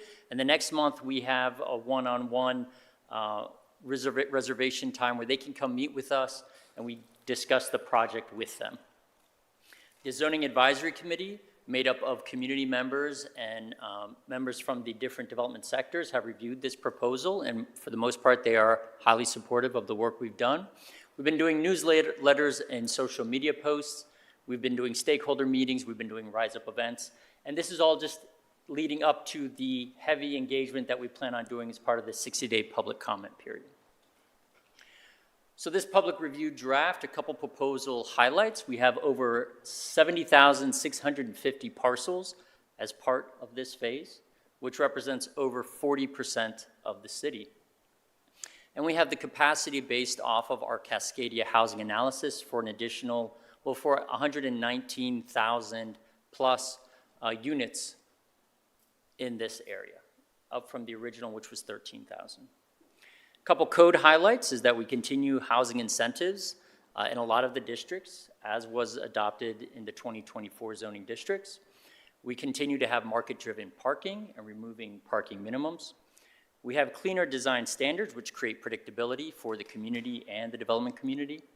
We expand mixed-use opportunities throughout the city. We have modern employment districts, and we have improved industrial neighborhood compatibility, which should assist in a lot of the older pre-1950s areas of the city. So with adoption of this resolution, we would begin our fall timeline, where we plan on having the 60-day public comment period starting after adoption of this resolution. That will be kicked off by 205,000 mailers going out to property owners, renters, and tenants in the city and those within 125 feet of affected properties. We will have a public survey, which is partially a map survey and a code survey. We're going to have a zoning gallery. We're going to have our public webinar. We're going to have a Reddit Ask Me Anything, which are quite popular, actually. We're going to do 2 public hearings, stakeholder interviews, and scheduled events at the gallery. After that 60-day public comment period, we'll look at all public comments, analyze it, take it in, and see what changes we need to make to our proposal based off that public comment. We're going to have 2 public hearings during the 60-day public comment period, and then we're going to have 2 additional public hearings after the 60-day public comment period. And then we hope to come to council for a first and second reading for this phase of work. So with that, we look forward to your support on this proposal. We ask that you adopt this resolution so we can begin our community engagement and help expand economic and housing opportunities to all Columbus residents. Thank you, Mr. Taba. Questions from my colleagues? So, Louis, a couple of things, just for you to underline yet again. You know, this is something we talked a lot about in the first phase of zoning, but here as well about what the potential change could be from a housing development standpoint compared to what the current land use rules are, compared to what is being proposed here today. What is that change based on what the analysis of the experts say?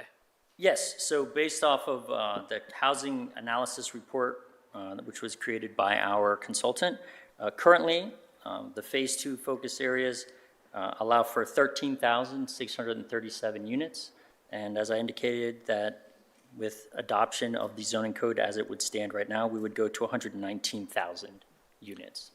And, you know, the projections for here within Central Ohio, not just Columbus, but in Central Ohio, is that we need about 200,000 housing units for the next 10 years, just sort of stabilize costs. Mm-hmm. So we're talking about the first phase went from, 4 to 6,000 or so to 88,000. Here we're talking about a jump up to 100+ thousand. So this is a really big deal when we think about the land use rules and as it relates to one of the most important issues that's affecting Columbus. I think the other thing is that this phase isn't just about housing, and housing can look a lot of different ways in different areas of the city. But I think one thing when we think about council members that represent areas of Columbus that are more suburban in nature, about how this really affects commercial and retail and industrial developments there. And if you could talk a little bit about that focus in this phase on that, because I know we talked, and we're just going to continue to talk a lot about housing in the second phase, but this is something that is also very, very important towards when we think about how do we encourage job growth, how do we get ahead of things as retail and commercial environments may be changing. We don't shop the same way we did 10, 20 years ago, let alone 70 years ago, and what these changes could mean for that kind of proactive approach rather than being reactive. Yeah, I mean, so 2 things that we're looking at is a lot of additional commercial corridors throughout the city that weren't picked up in phase 1. Things like Hilliard Rome Road, Henderson Road, sections of Carl Road. These major corridors that for up until now have been zoned purely commercial. What we're trying to do is open up uses on these corridors to allow more of a mix of uses. So it's not just purely commercial, but would allow for mixed use. It would allow for light industrial, other kinds of uses in some of these areas. The other thing we're trying to do is looking at older kind of office sites, things that, back in the 1980s and the 70s and the 90s, these standalone office developments that were kind of isolated, surrounded by parking. How do we allow that to change with time? How do we allow that to open up to be in a more mixed-use environment that supports Class A office?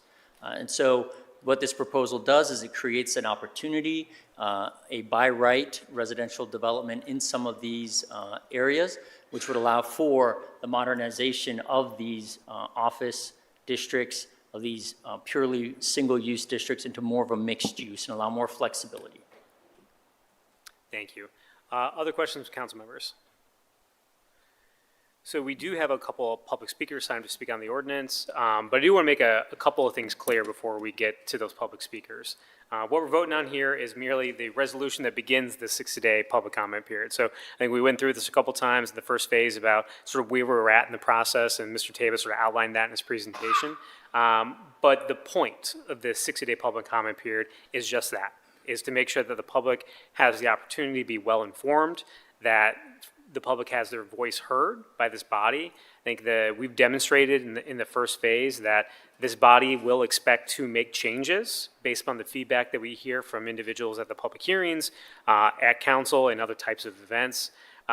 We had city planners that literally looked at over 1,900 individual comments and suggestions. If folks submitted a comment, folks had a question, literally every single one of those was analyzed by one of our planners to see whether or not we should make changes based on both public hearings and the hundreds and hundreds of hours of community engagement. That led to well over 100 changes both between the map and the code itself. So as we think about the second phase and it expands to revitalize commercial hubs, industrial sectors, and institute campuses, that feedback is going to be vital towards what ultimately gets voted on by this body. Because again, what we have two things here. We have both zoning districts, which are sort of the rules of the road, but then we apply those zoning districts to the map. And I think as we continue to have these zoning discussions, we're able to hopefully have folks understand more and more about how this ultimately is going to affect their lives and their neighborhoods. You can view a draft code online. You can visit the interactive gallery, which is here downtown, which also comes with free parking. Right, Mr. Teva? That's correct. Free parking. Or at an upcoming public hearing. The first of 4 will take place a week from today. That will be, next week. Actually, this week, I'm sorry. We will have Thursday, August 27th at 6 p.m. at Galloway Ridge Intermediate School at the far west side in the Westland area, where we'll hear an overview of the proposed code and map from our zoning team, and certainly encourage members of the public to tune in and certainly join us for that. And again, we do have 2 public speakers who signed up to speak on this ordinance. I want to invite the first forward, Mr. Wade Jordan. Mr. Jordan, welcome back to council, sir.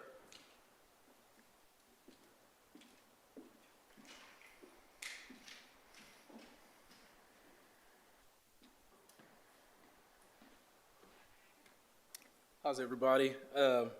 Thanks, President Pro Tem Dorrance and members of council. My name's Wade Jordan. I'm the CEO of WJ3 Enterprises. I'm a local builder, developer, and contractor, and a lifelong resident of the Hilltop, Westside, Columbus. I need support to move Phase 2 of the zoning initiative forward. My perspective comes from working in these neighborhoods every day. I'm not only reviewing plans on paper, I'm working towards permitting and developing the process of building buildings, and I also get to watch these neighborhoods change in real time. I see both opportunities Columbus has and obstacles created by the zoning code largely written for the city that existed over 70 years. Columbus is growing, and we need zoning rules that affect where our city is going. Phase 2 can help create more mixed-use areas where people can live closer to their jobs, shops, restaurants, services, and public transportation. We need more walkable neighborhoods and more opportunities for housing in places where residents can easily connect with the rest of the community. We also need modern zoning for business and institutional campuses, including hospitals, universities, and office parks. These are major centers for employment, and services. Their zoning should provide flexibility to grow and useful amenities where appropriate, incorporate housing while fitting responsibility into surrounding neighborhoods. As someone who works directly in development, I also understand the value of clear and predictable rules. When builders, property owners, businesses, and residents understand what can be built from the beginning, it reduces uncertainty and makes it easier to produce thoughtful, high-quality projects.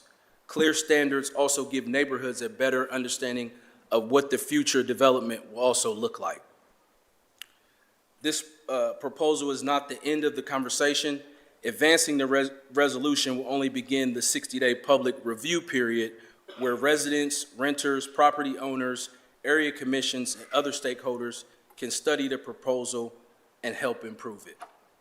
I encourage council to move Phase 2 forward and give the public that opportunity.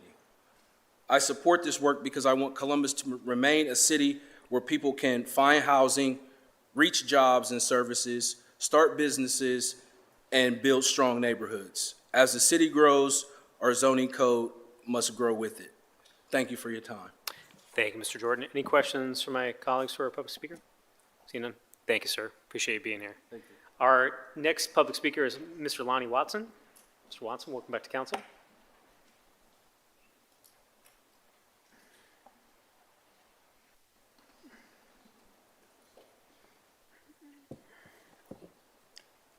Good evening, President Pro Tem Doran, council members. My name is Lonnie Watson. I am the Executive Director for Eastland Development for Growth and Equity, also known as EDGE. I am here today in support of advancing the Zone In resolution. Zone In is basically about preparing Columbus for the future. It's about expanding job opportunities, increased housing options, and laying the foundation for infrastructure investment that connects people to where they live, work, and play. In Eastland, the area of Columbus that I'm representing, I'm sorry, what district is that? is Eastland.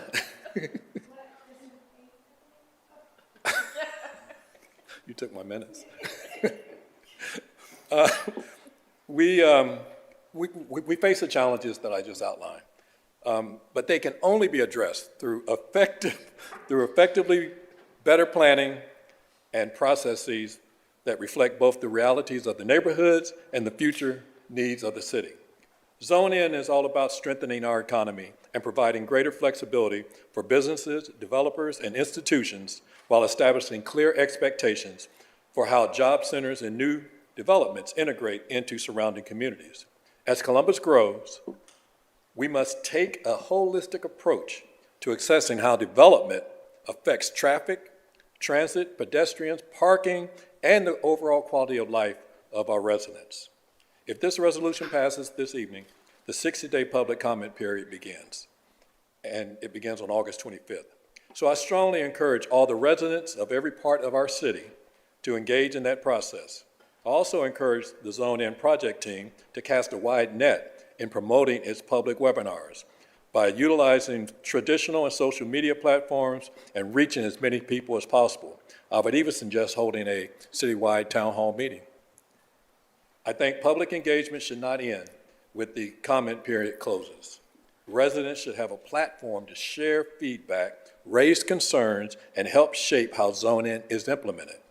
Ongoing public engagement will build trust and help ensure that policies remain responsive to the needs of the people that they serve. I respectfully request the City Council advance this resolution and the public comment period can begin, and residents will have a chance to shape the future of Columbus. So in closing, I want to reiterate that when the public speaks, the city should not only listen, but the city should act. By listening and responding to public input, we can strengthen community trust, promote equity, and build a stronger, more prosperous Columbus for everyone. That's mine. Thank you, Mr. Watson. Any questions? Yeah. All right. You can beat the clock even with council members interrupting you. What What district number is that, Councilmember? No problem. 8, District 8. I just wanted to just also thank you, Chair, for giving me the opportunity. I just also wanted to thank you for coming. I think, we've been having lots of conversations about CDCs in particular and how we think about community development corporations. They were started during the civil rights movement to ensure that as the public was getting cut out of many deals, that this was a way for them to say, these are the things that we want to see in our community. And I think this second phase of Zone In also allows for that clarity, especially as I think about our last speaker, who is a local housing provider, as I think about Eastland and all of the local businesses that we have there, and as we think about investing in that prosperity of Eastland so it can be what it once was, that having clear zoning guidelines is going to be crucial to so many of our business owners that are the lifeblood of our community, and ensuring that as they think about how they grow their business or where they put their business, that they have clear guidelines, because we've heard a lot about how that is challenging, especially as I think about the Eastland area for our Black-owned and immigrant-owned businesses that sometimes have some extra barriers for how they grow and how they develop. And so having processes that are clear, having processes that they can understand is going to be vital. And I especially appreciate you also stating how we continue to get better, because I think if there was a theme for this council meeting, it's about that, is how do we continue to get better and better at serving our residents. And so that also means making it easier for them to participate and having that lower barrier. So thank you. Thank you, Councilmember. Any other questions or comments from council members? Thank you, Mr. Watson. Before I call for a vote on this resolution, I just want to, again, I think reemphasize, the first phase of Zone In, I think, was the closest collaboration I have seen during my near 8 years on this body between council and this administration. I think the most intense public engagements I've seen between those two branches of government and folks across the city. It's something I was very, very proud of, that I expect us to do hand in glove again, to make sure as we make what will be a big change for our residents and for the city, that is done so with the community, to make sure they come along with us, because this has decades-long generational change attached to it to address so many things that we know we have to do both as a council and as administration to help bring this type of land use rules and regulations from the 1950s, not only to the 2026, but into the next 50 and 60 years ourselves. So with that, I move for adoption on resolution number 0183X-2026. Second. Clerk, please call the roll. Bangston, Barosa de Padilla, de Akauer, Dorns, Remy, Ross, Weiss. Resolution adopted. Sorry, I did that Oh, backwards. Can I sorry. do that again? Yep. Do that again. Bangston, Barosa de Padilla, de Akauer, Remy, Ross, Weiss, President Pro Tem Dorans. Resolution adopted. Is there a motion to go into recess? Clerk, please call the roll. Bangston, Barosa de Padilla, de Akauer, Remy, Ross, Weiss, President Pro Tem Dorans. We are in recess. We'll break for zoning for 5 minutes.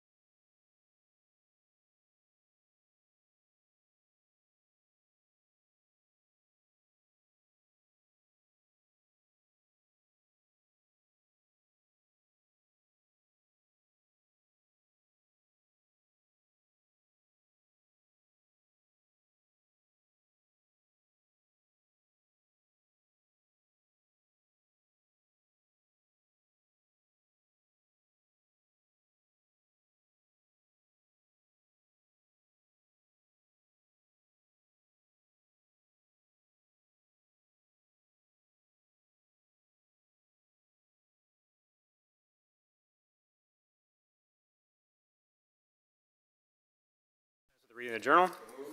Clerk, please call the roll. Bangston, Barosa de Padilla, de Akauer, Remy, Ross, White, President Pro Tem Dorans. Are there any additions or corrections to the journal? Hearing no additions or corrections, the journal is approved. We'll now go to the zoning committee. I chair that committee and all members serve. Before we begin tonight's agenda, first a little bit of housekeeping. Will the clerk please read the numbers of the legislation in the zoning committee this evening that require waiver of second reading? Rezonings, ordinance 185 and 2167-2026, variances 1930, 2240, and 2252-2026. Thank you, clerk. And I move to waive second reading on those items. Clerk, please call the roll.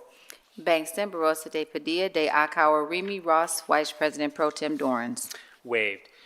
As always, allow me to briefly explain our rules speaking before council on rezonings and variances. We will only hear staff presentation for ordinances that have a disapproval from a recommending body, or if we have a public speaker sign up to speak against an ordinance. We permit up to 3 speakers on each side of an ordinance, 3 proponents, 3 opponents. We ask that those speakers limit their remarks to 3 minutes per the standard rules of City Council.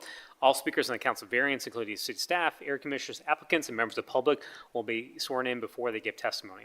A representative of an area commission is always able to speak on an ordinance and do not need to fill out a speaker slip, but we do ask you alert of city staff of your intentions to speak at this committee hearing. Representative of a civic association do need to fill out a speaker slip because civic associations are not formally recognized under Columbus City Code. This evening, we do not have any public speaker slips signed up to speak on any ordinance. On the advice of the city attorney's office, I will now swear in city staff. Please stand and raise your right hand to be sworn in. Do you swear affirm the testimony you're about to give shall be the truth, nothing but the truth, as you shall answer under pains of penalty of perjury? If so, please say I do. Thank you. Please let the record reflect that Tim Dietrich from the Department of Building and Zoning Services have been sworn in. First, we have ordinance number 0185-2026 to rezone 1100 Frank Road, being 2.25 plus acres located the northwest corner of Frank Road and Brown Road from R Rural District to CPD Commercial Plan Development District. Site consists of 11 parcels developed a mix of uses, including single-unit dwellings, auto sales, and a billboard, all currently zoned R Rural District as a result of the annexation in the city of Columbus. Proposed rezoning will allow limited commercial development, including auto sales and fuel sales within 2 sub-areas. Proposal is consistent with the Columbus growth strategy, and the development text includes commitments to traffic improvements and buffering and screening from adjacent residential uses. Proposal is approved from City staff and the Development Commission and Southwest Area Commission. Any questions or comments from colleagues? Seeing none, move for passage. Is there a second? Clerk, please call the roll. Bangston, Barosa de Padilla, de Akauer, Remy, Ross, Vice President Pro Tem Dorans. Passed.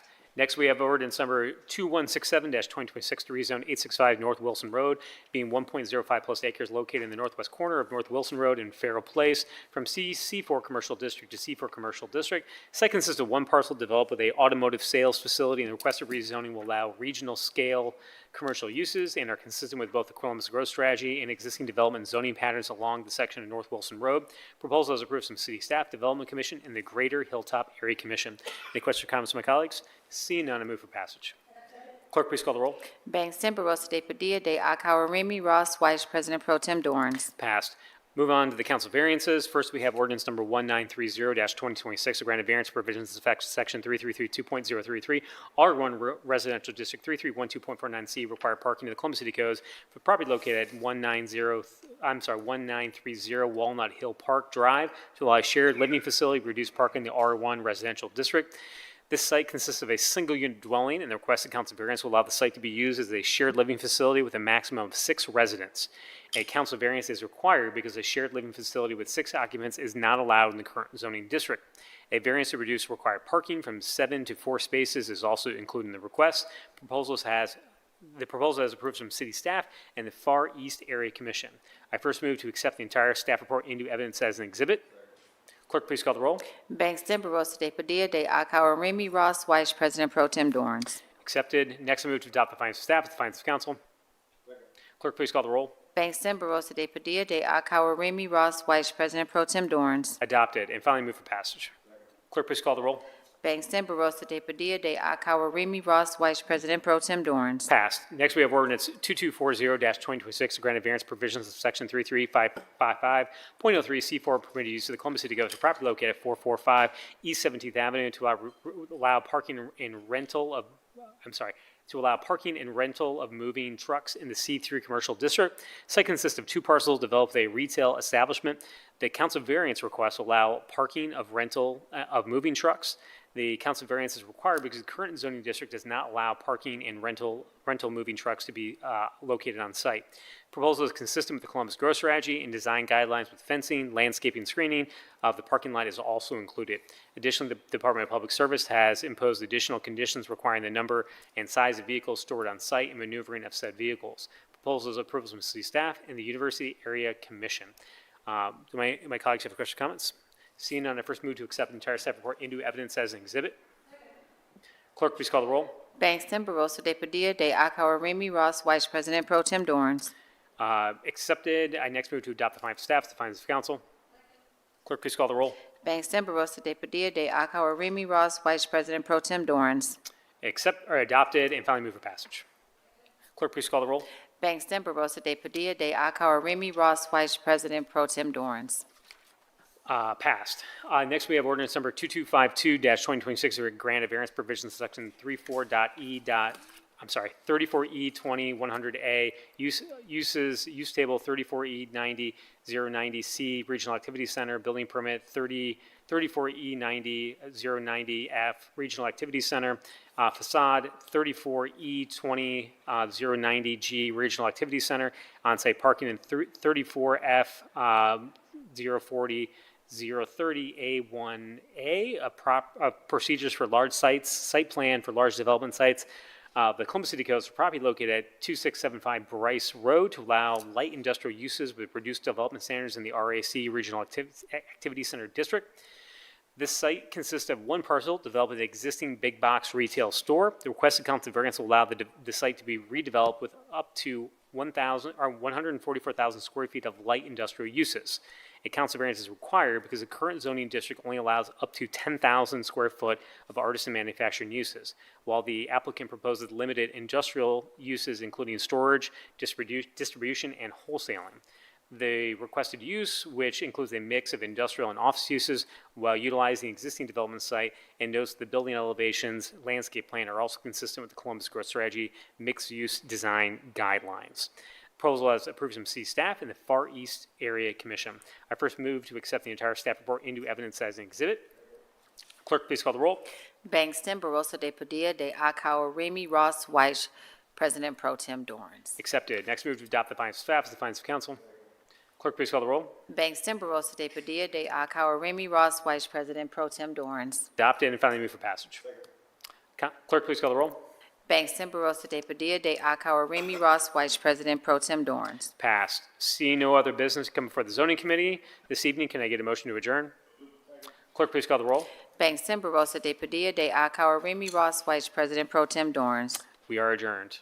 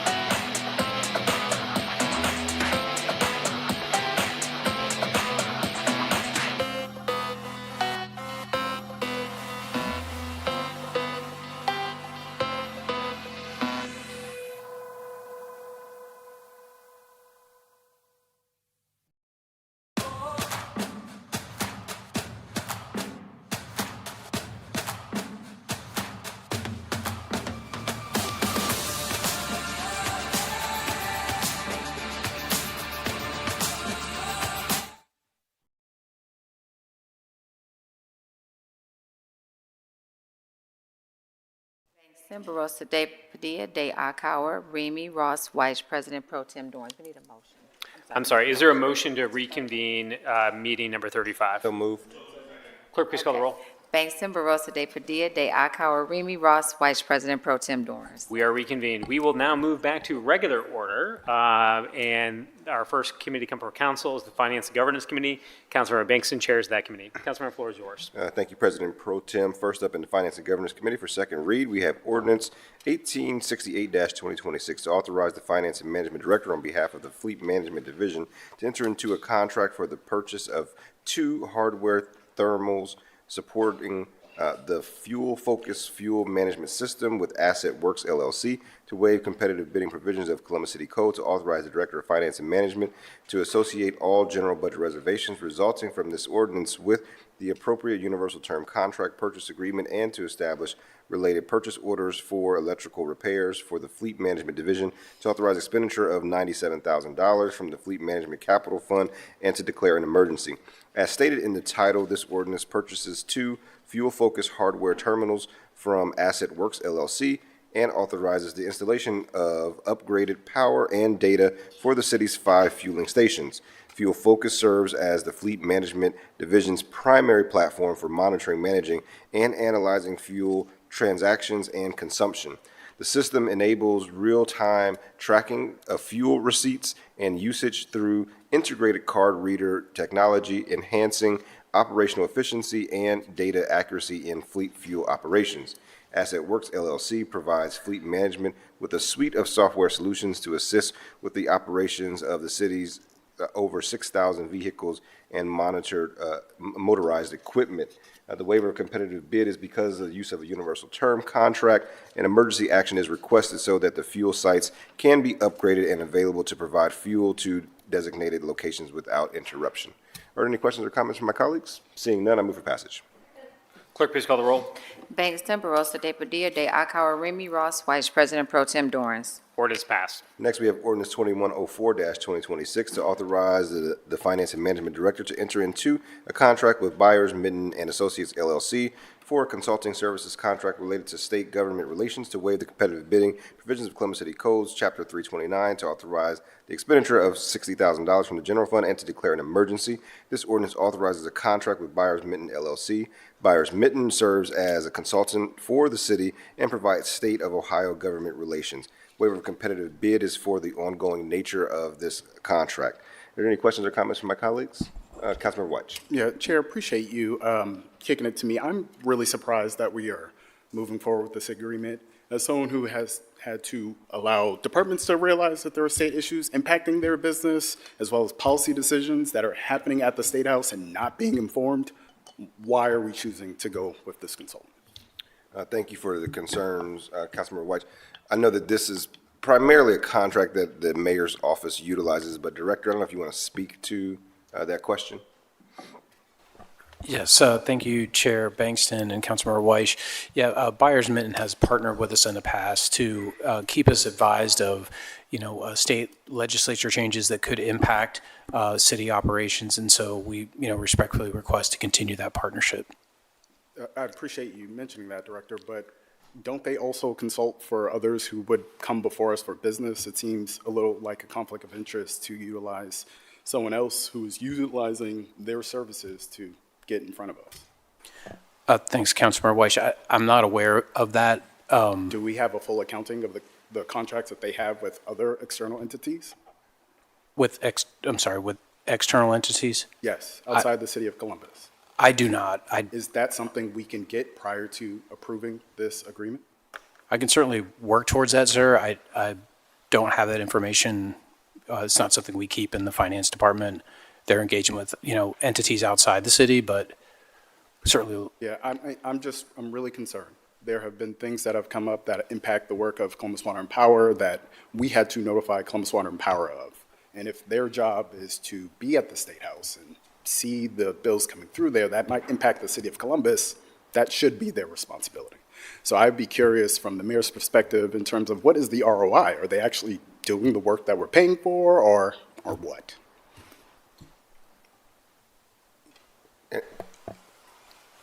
Director, I don't know if you want to answer. I mean, I think absolutely, Councilmember White, you think you bring up some good points. I think we can definitely get those answered. I don't know if we want to get the conflict question answered by our city attorney's office, because I think that they would probably have a better way in there, possibly. If not, I'm putting you on the spot here. Thank you, Councilmember Bangston. I am not specifically aware of the other clients that are represented by Byers Minton. I have worked with their representative on various issues specifically related to legislative changes at the General Assembly that might impact the City of Columbus. I've personally worked with the consultant that we're referring to here on matters pertaining to misdemeanor investigative subpoenas was one that was fairly recent. Worked with him on matters pertaining to I'm trying to remember what they all are. But the nature of the relationship, as I understand it, in terms of how the city engages this particular contractor, is if there is an issue related to state law that's negatively impacting how the city's operations are happening, or if there's an issue with maybe an interpretation of state law that's making it challenging, particularly in the area of criminal justice, which is where I was working on these issues with him. We would use the advice and guidance of this particular individual to assist us in getting the appropriate General Assemblyman and or woman to help us move those legislative changes forward. Thank you for that. Just real quick, just because I'm not sure if that's clear, if there is somebody who has business before the City of Columbus and they have Byers Minton as their contracted lobbyist, does it create a conflict of interest for us to also utilize them too? And that's going to depend on who their third-party contractor would be. There could be circumstances in which there is a conflict, and we would have to know whether or not there is specifically a conflict in between that representation and the representation of the city. But this individual contractor doesn't always represent the city's interests in all things. They are reached out to when we need representation, and so we would have to look at that on a case-by-case basis, and we'd be happy to do that for you, but I don't have the particular set of client lists in front of me at the moment. Thank you. I would not feel comfortable moving forward without the client list, but I'm one of 9. And I think it's fair to get you a scope of the work as well, Councilmember White. Are there any other questions or concerns from my colleagues? Is this a retainer whereby we're just paying on it, or do we owe this particular vendor money at the moment? Is this a This is a renewal contract. Okay. It is a retainer that we have had for Got you. many years standing with Byers Minton. Thank you. Any other questions or comments from my colleagues? Seeing none, I move for passage by voice. Clerk, please call the roll. Bangston, Yes. Barosa de Padilla, Yes. Day Akauer, Remy, Ross, Yes. Weiss, President Pro Tem Dorans. Yes, ordinance passed. Thank you. Next, we have ordinance 2194-2026.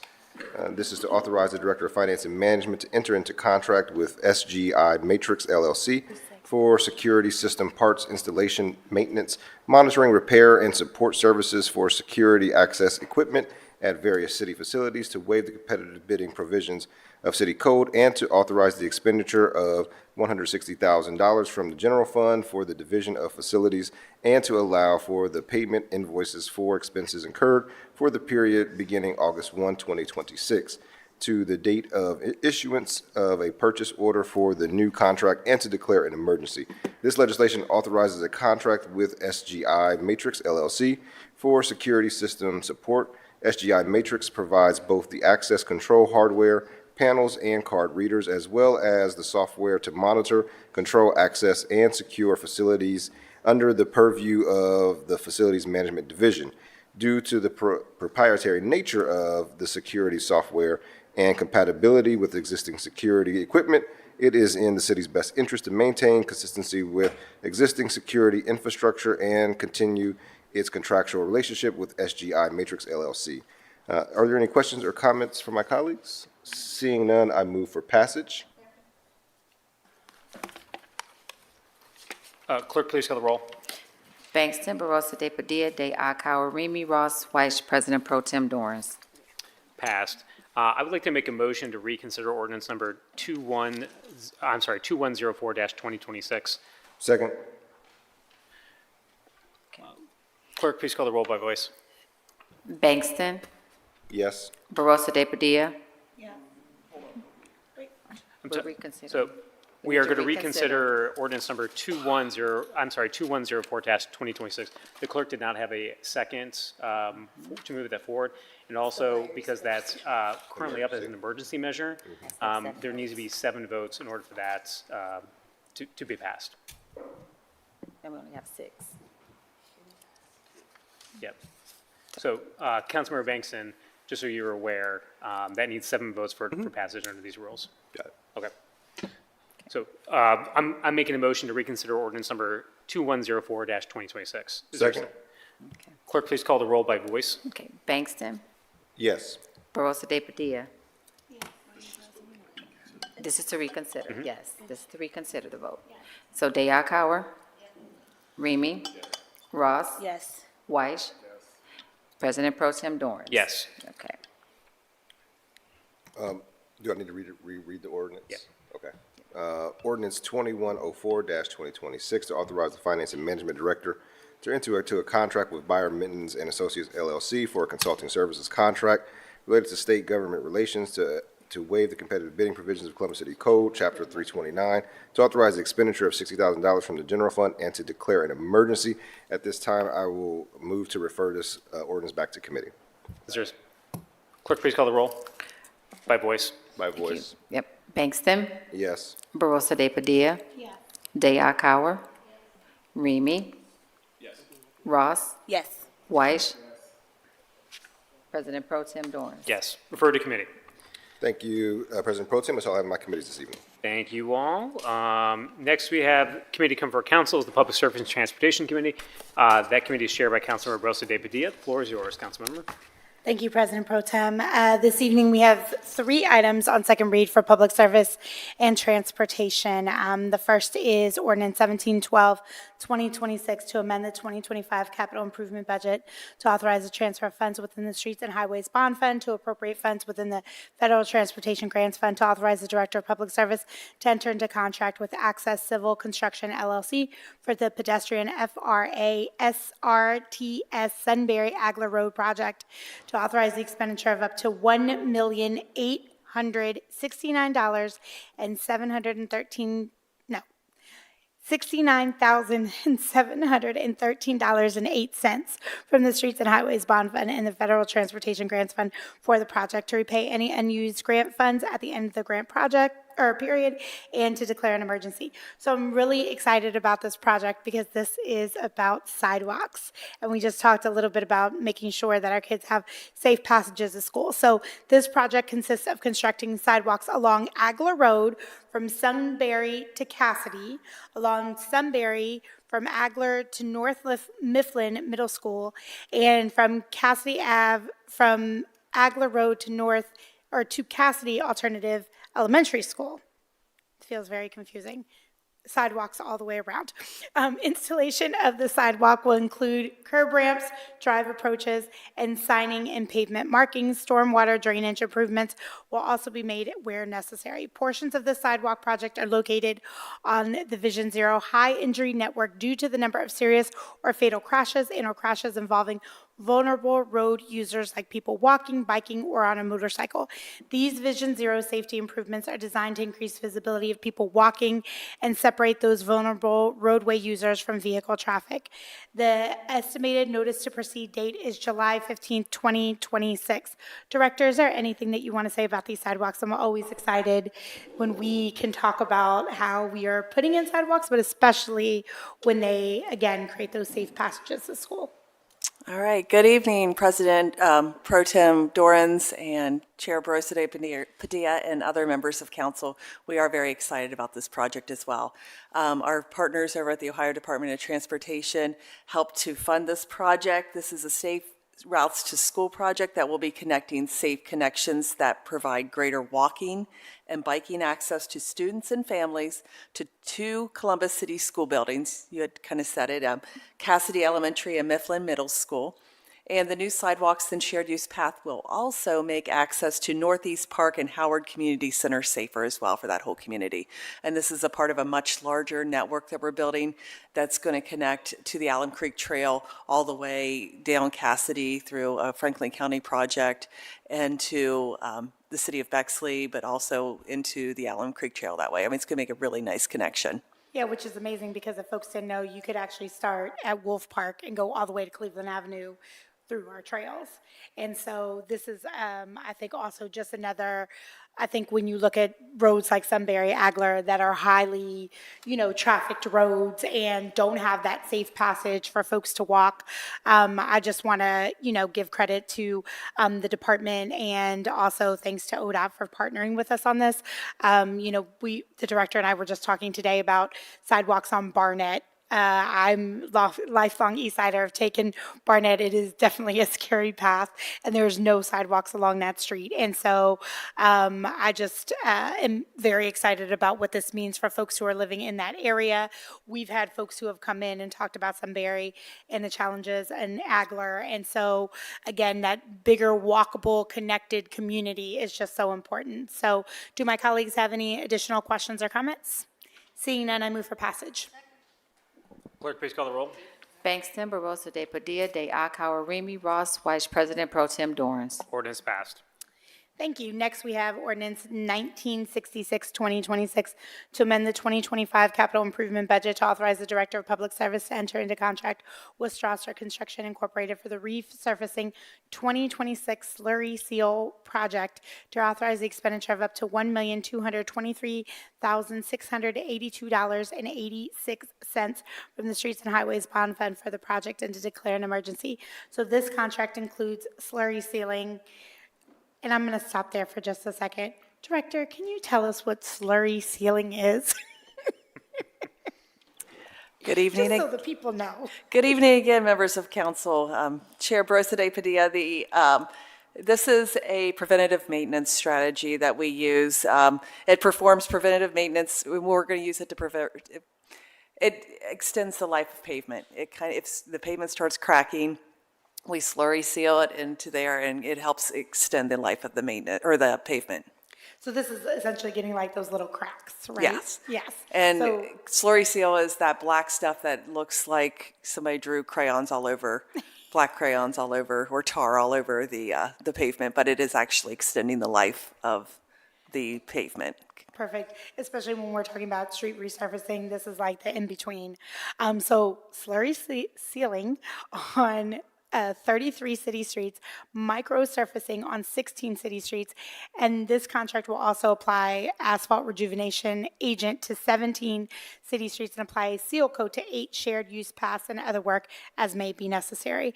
The estimated to proceed date is September 16, 2026. Director, will there be a list of the streets online that folks can look at?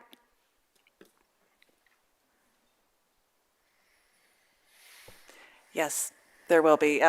We've got there's 66 streets and 8 shared use paths around the city that we are going to be slurry sealing with this contract. Perfect.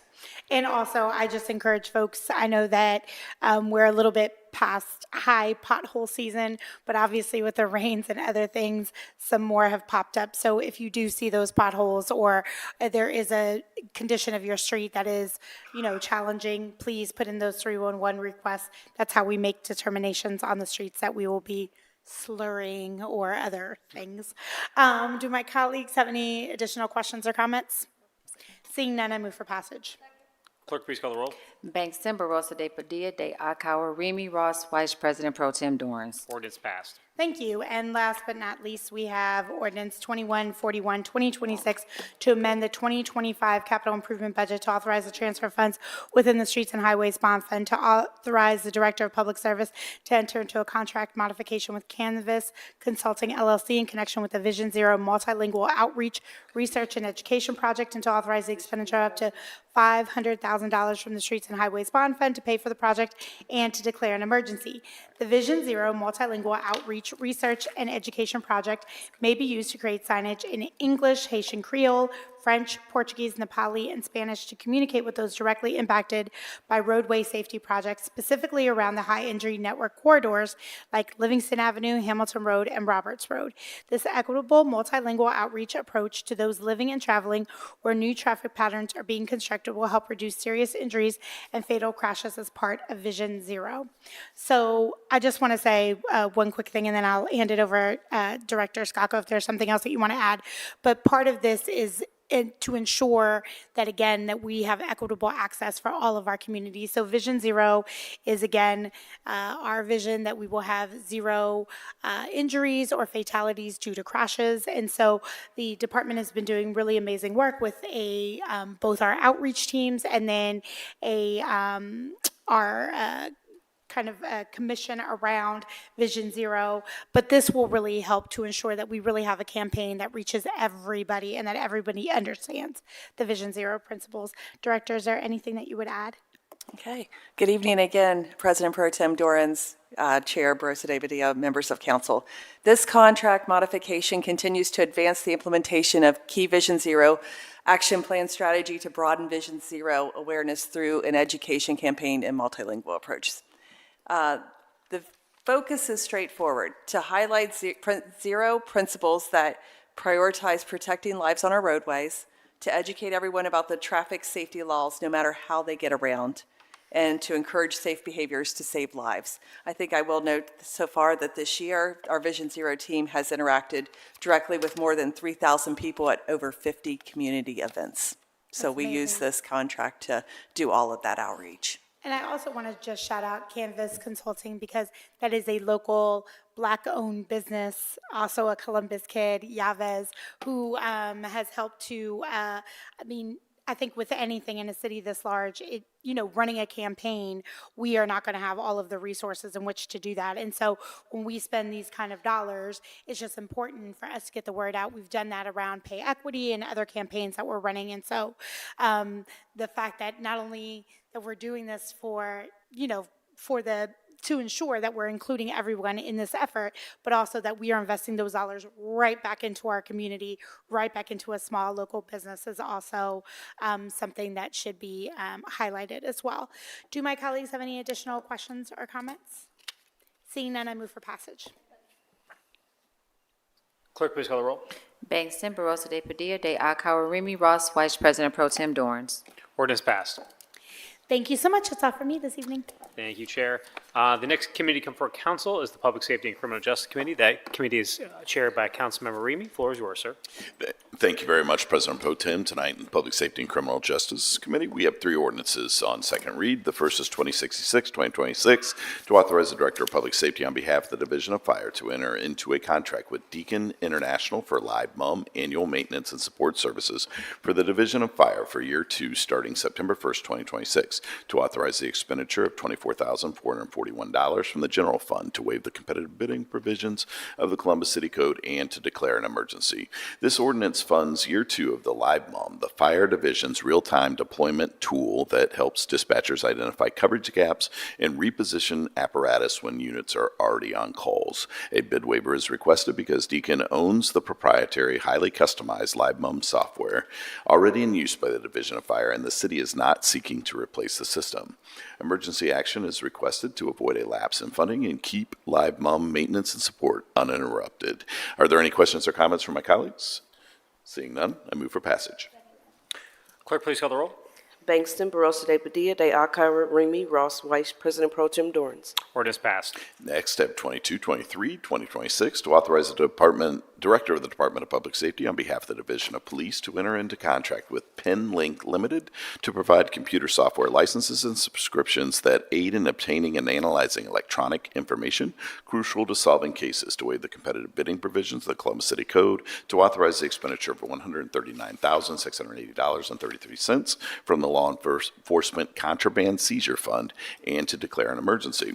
This ordinance renews PenLink software used by police investigators to collect, organize map, and analyze electronic evidence from sources such as phones and social media during criminal investigations. A bid waiver is requested because PenLink is the sole provider of its software, training, and maintenance updates, hardware, and configurations, and the system must be purchased and serviced by PenLink to protect existing warranties. Emergency action is requested to keep these investigative software licenses, subscriptions, and training available without interruption. We do have one public speaker on this ordinance, and I'd like to ask Kat Finneran to come down to the podium. Welcome back to council. You have 3 minutes to share your remarks. Please share any organization you may represent as well.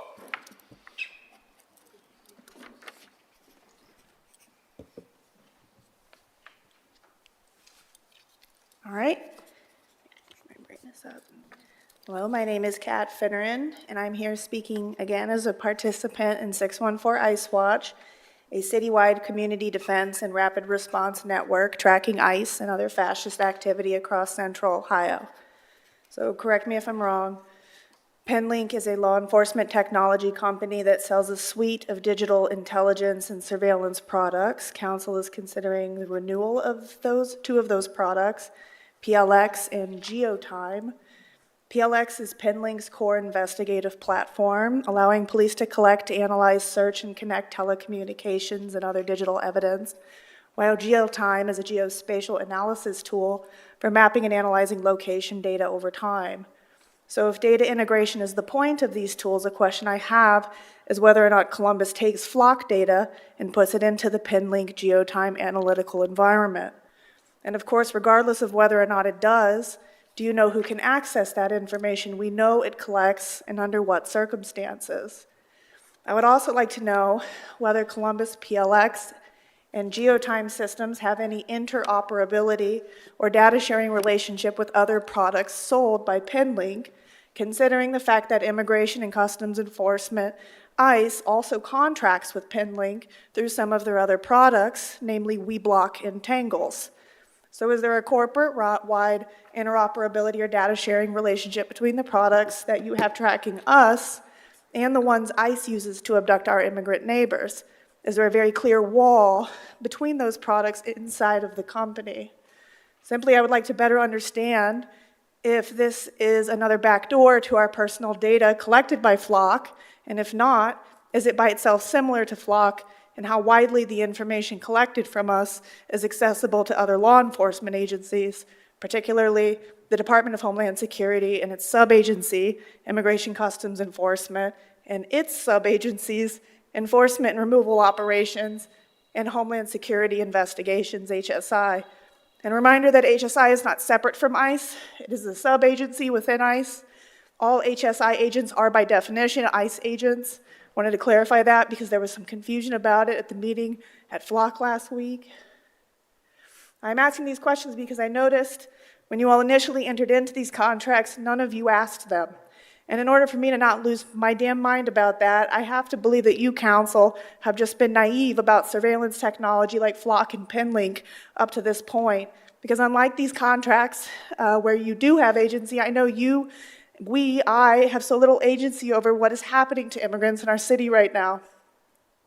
This morning, a Haitian woman with a surveillance monitor on her ankle, whose husband had already been detained by ICE earlier this month, walked into the Westerville ICE field office, and with 4 children waiting at home, she was also detained.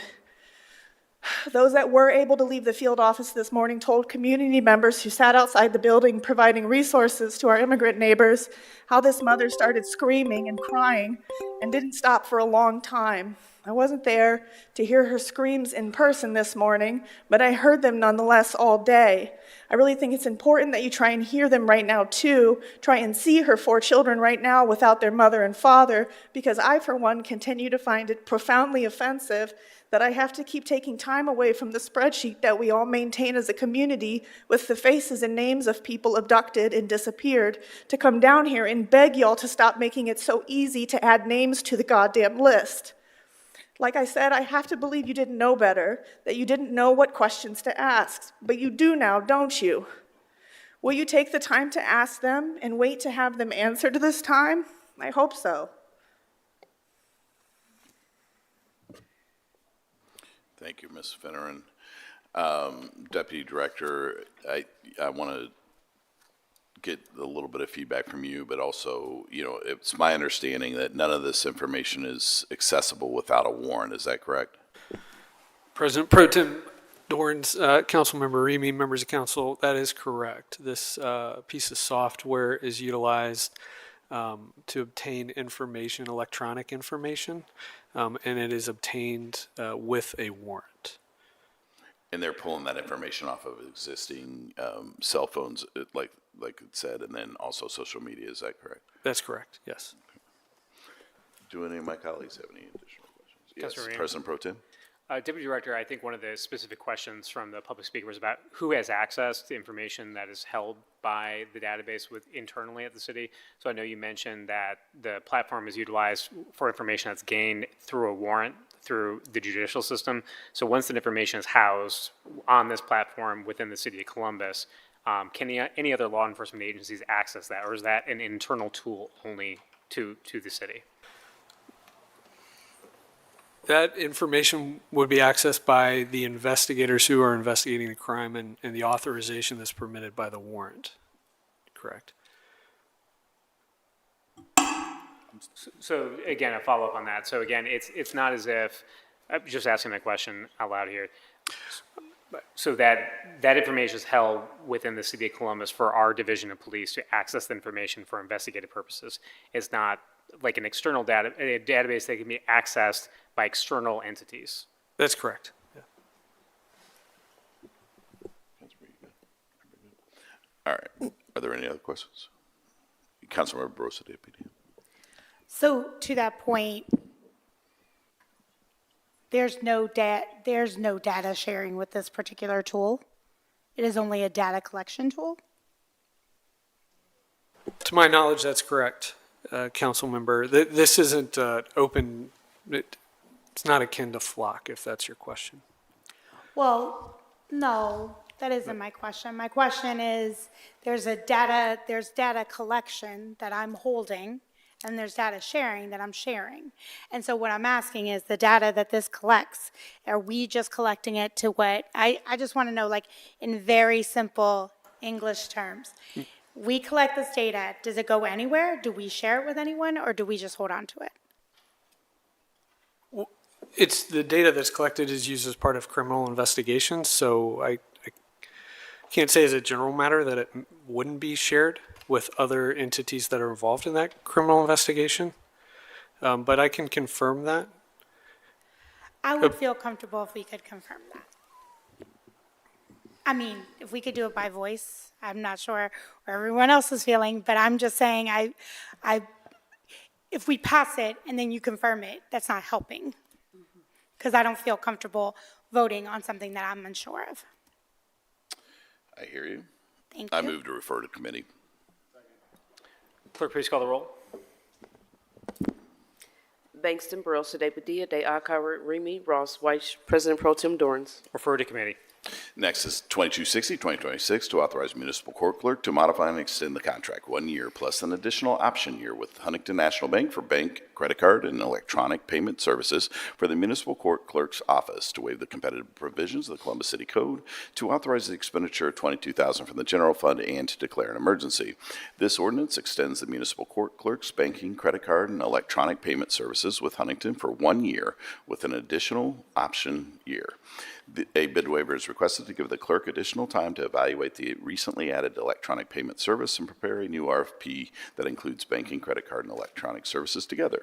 Emergency action is requested to maintain uninterrupted banking, credit card, and electronic payment services while that RFP is prepared. Are there any questions or comments from my colleagues? Seeing none, I move for passage. Clerk, please call the roll. Bankston, Barosa de Padilla, de Akauer, Remy, Ross, Weiss, President Pro Tem Dorans. Thank you very much. Thank you very much. That's all I have this evening. Thank you, Chair. The last committee to come before council is the Public Utilities and Sustainability Committee. Councilmember White chairs that committee. Floor is yours, sir. Thank you, President Pro Tem. I have one ordinance in Public Utilities and Sustainability Committee this evening. That is Ordinance 2001-2026 to authorize the Director of Finance and Management to enter into a contribution agreement with the Solid Waste Authority of Central Ohio, SWACO, for the Department of Public Services Georgesville Refuse Station and SWACO Transfer Station Phase 2 project to authorize the receipt, deposit, appropriation, expenditure of $1,255,686.02 within the Streets and Highways Non-Bond Fund, to authorize an amendment to the 2025 capital improvement budget, and to declare an emergency. This ordinance enables the city to conduct necessary renovations and improvements at the Georgesville Road Refuse and Transfer Station. The city and SWACO have agreed to jointly undertake this renovation since both entities conduct operations at the facility. Emergency designation is requested in order to adhere to the project schedule and meet project commitments. Let me stop there, see if any questions or comments from my colleagues. Seeing none, I move for passage. Clerk, please call the roll. Bangston, Barosa de Padilla, de Akar, Remy, Ross, Vice President Pro Tem Dorans. Ordinance passed. Thank you. That is all I have for my committee this evening. Thank you, council member. Is there a motion to adjourn? Clerk, please call the roll. Bangston, Barosa de Padilla, de Akar, Remy, Ross, Vice President Pro Tem Dorans. Thank you. Regular meeting number 35 is adjourned. We will move into non-agenda speakers.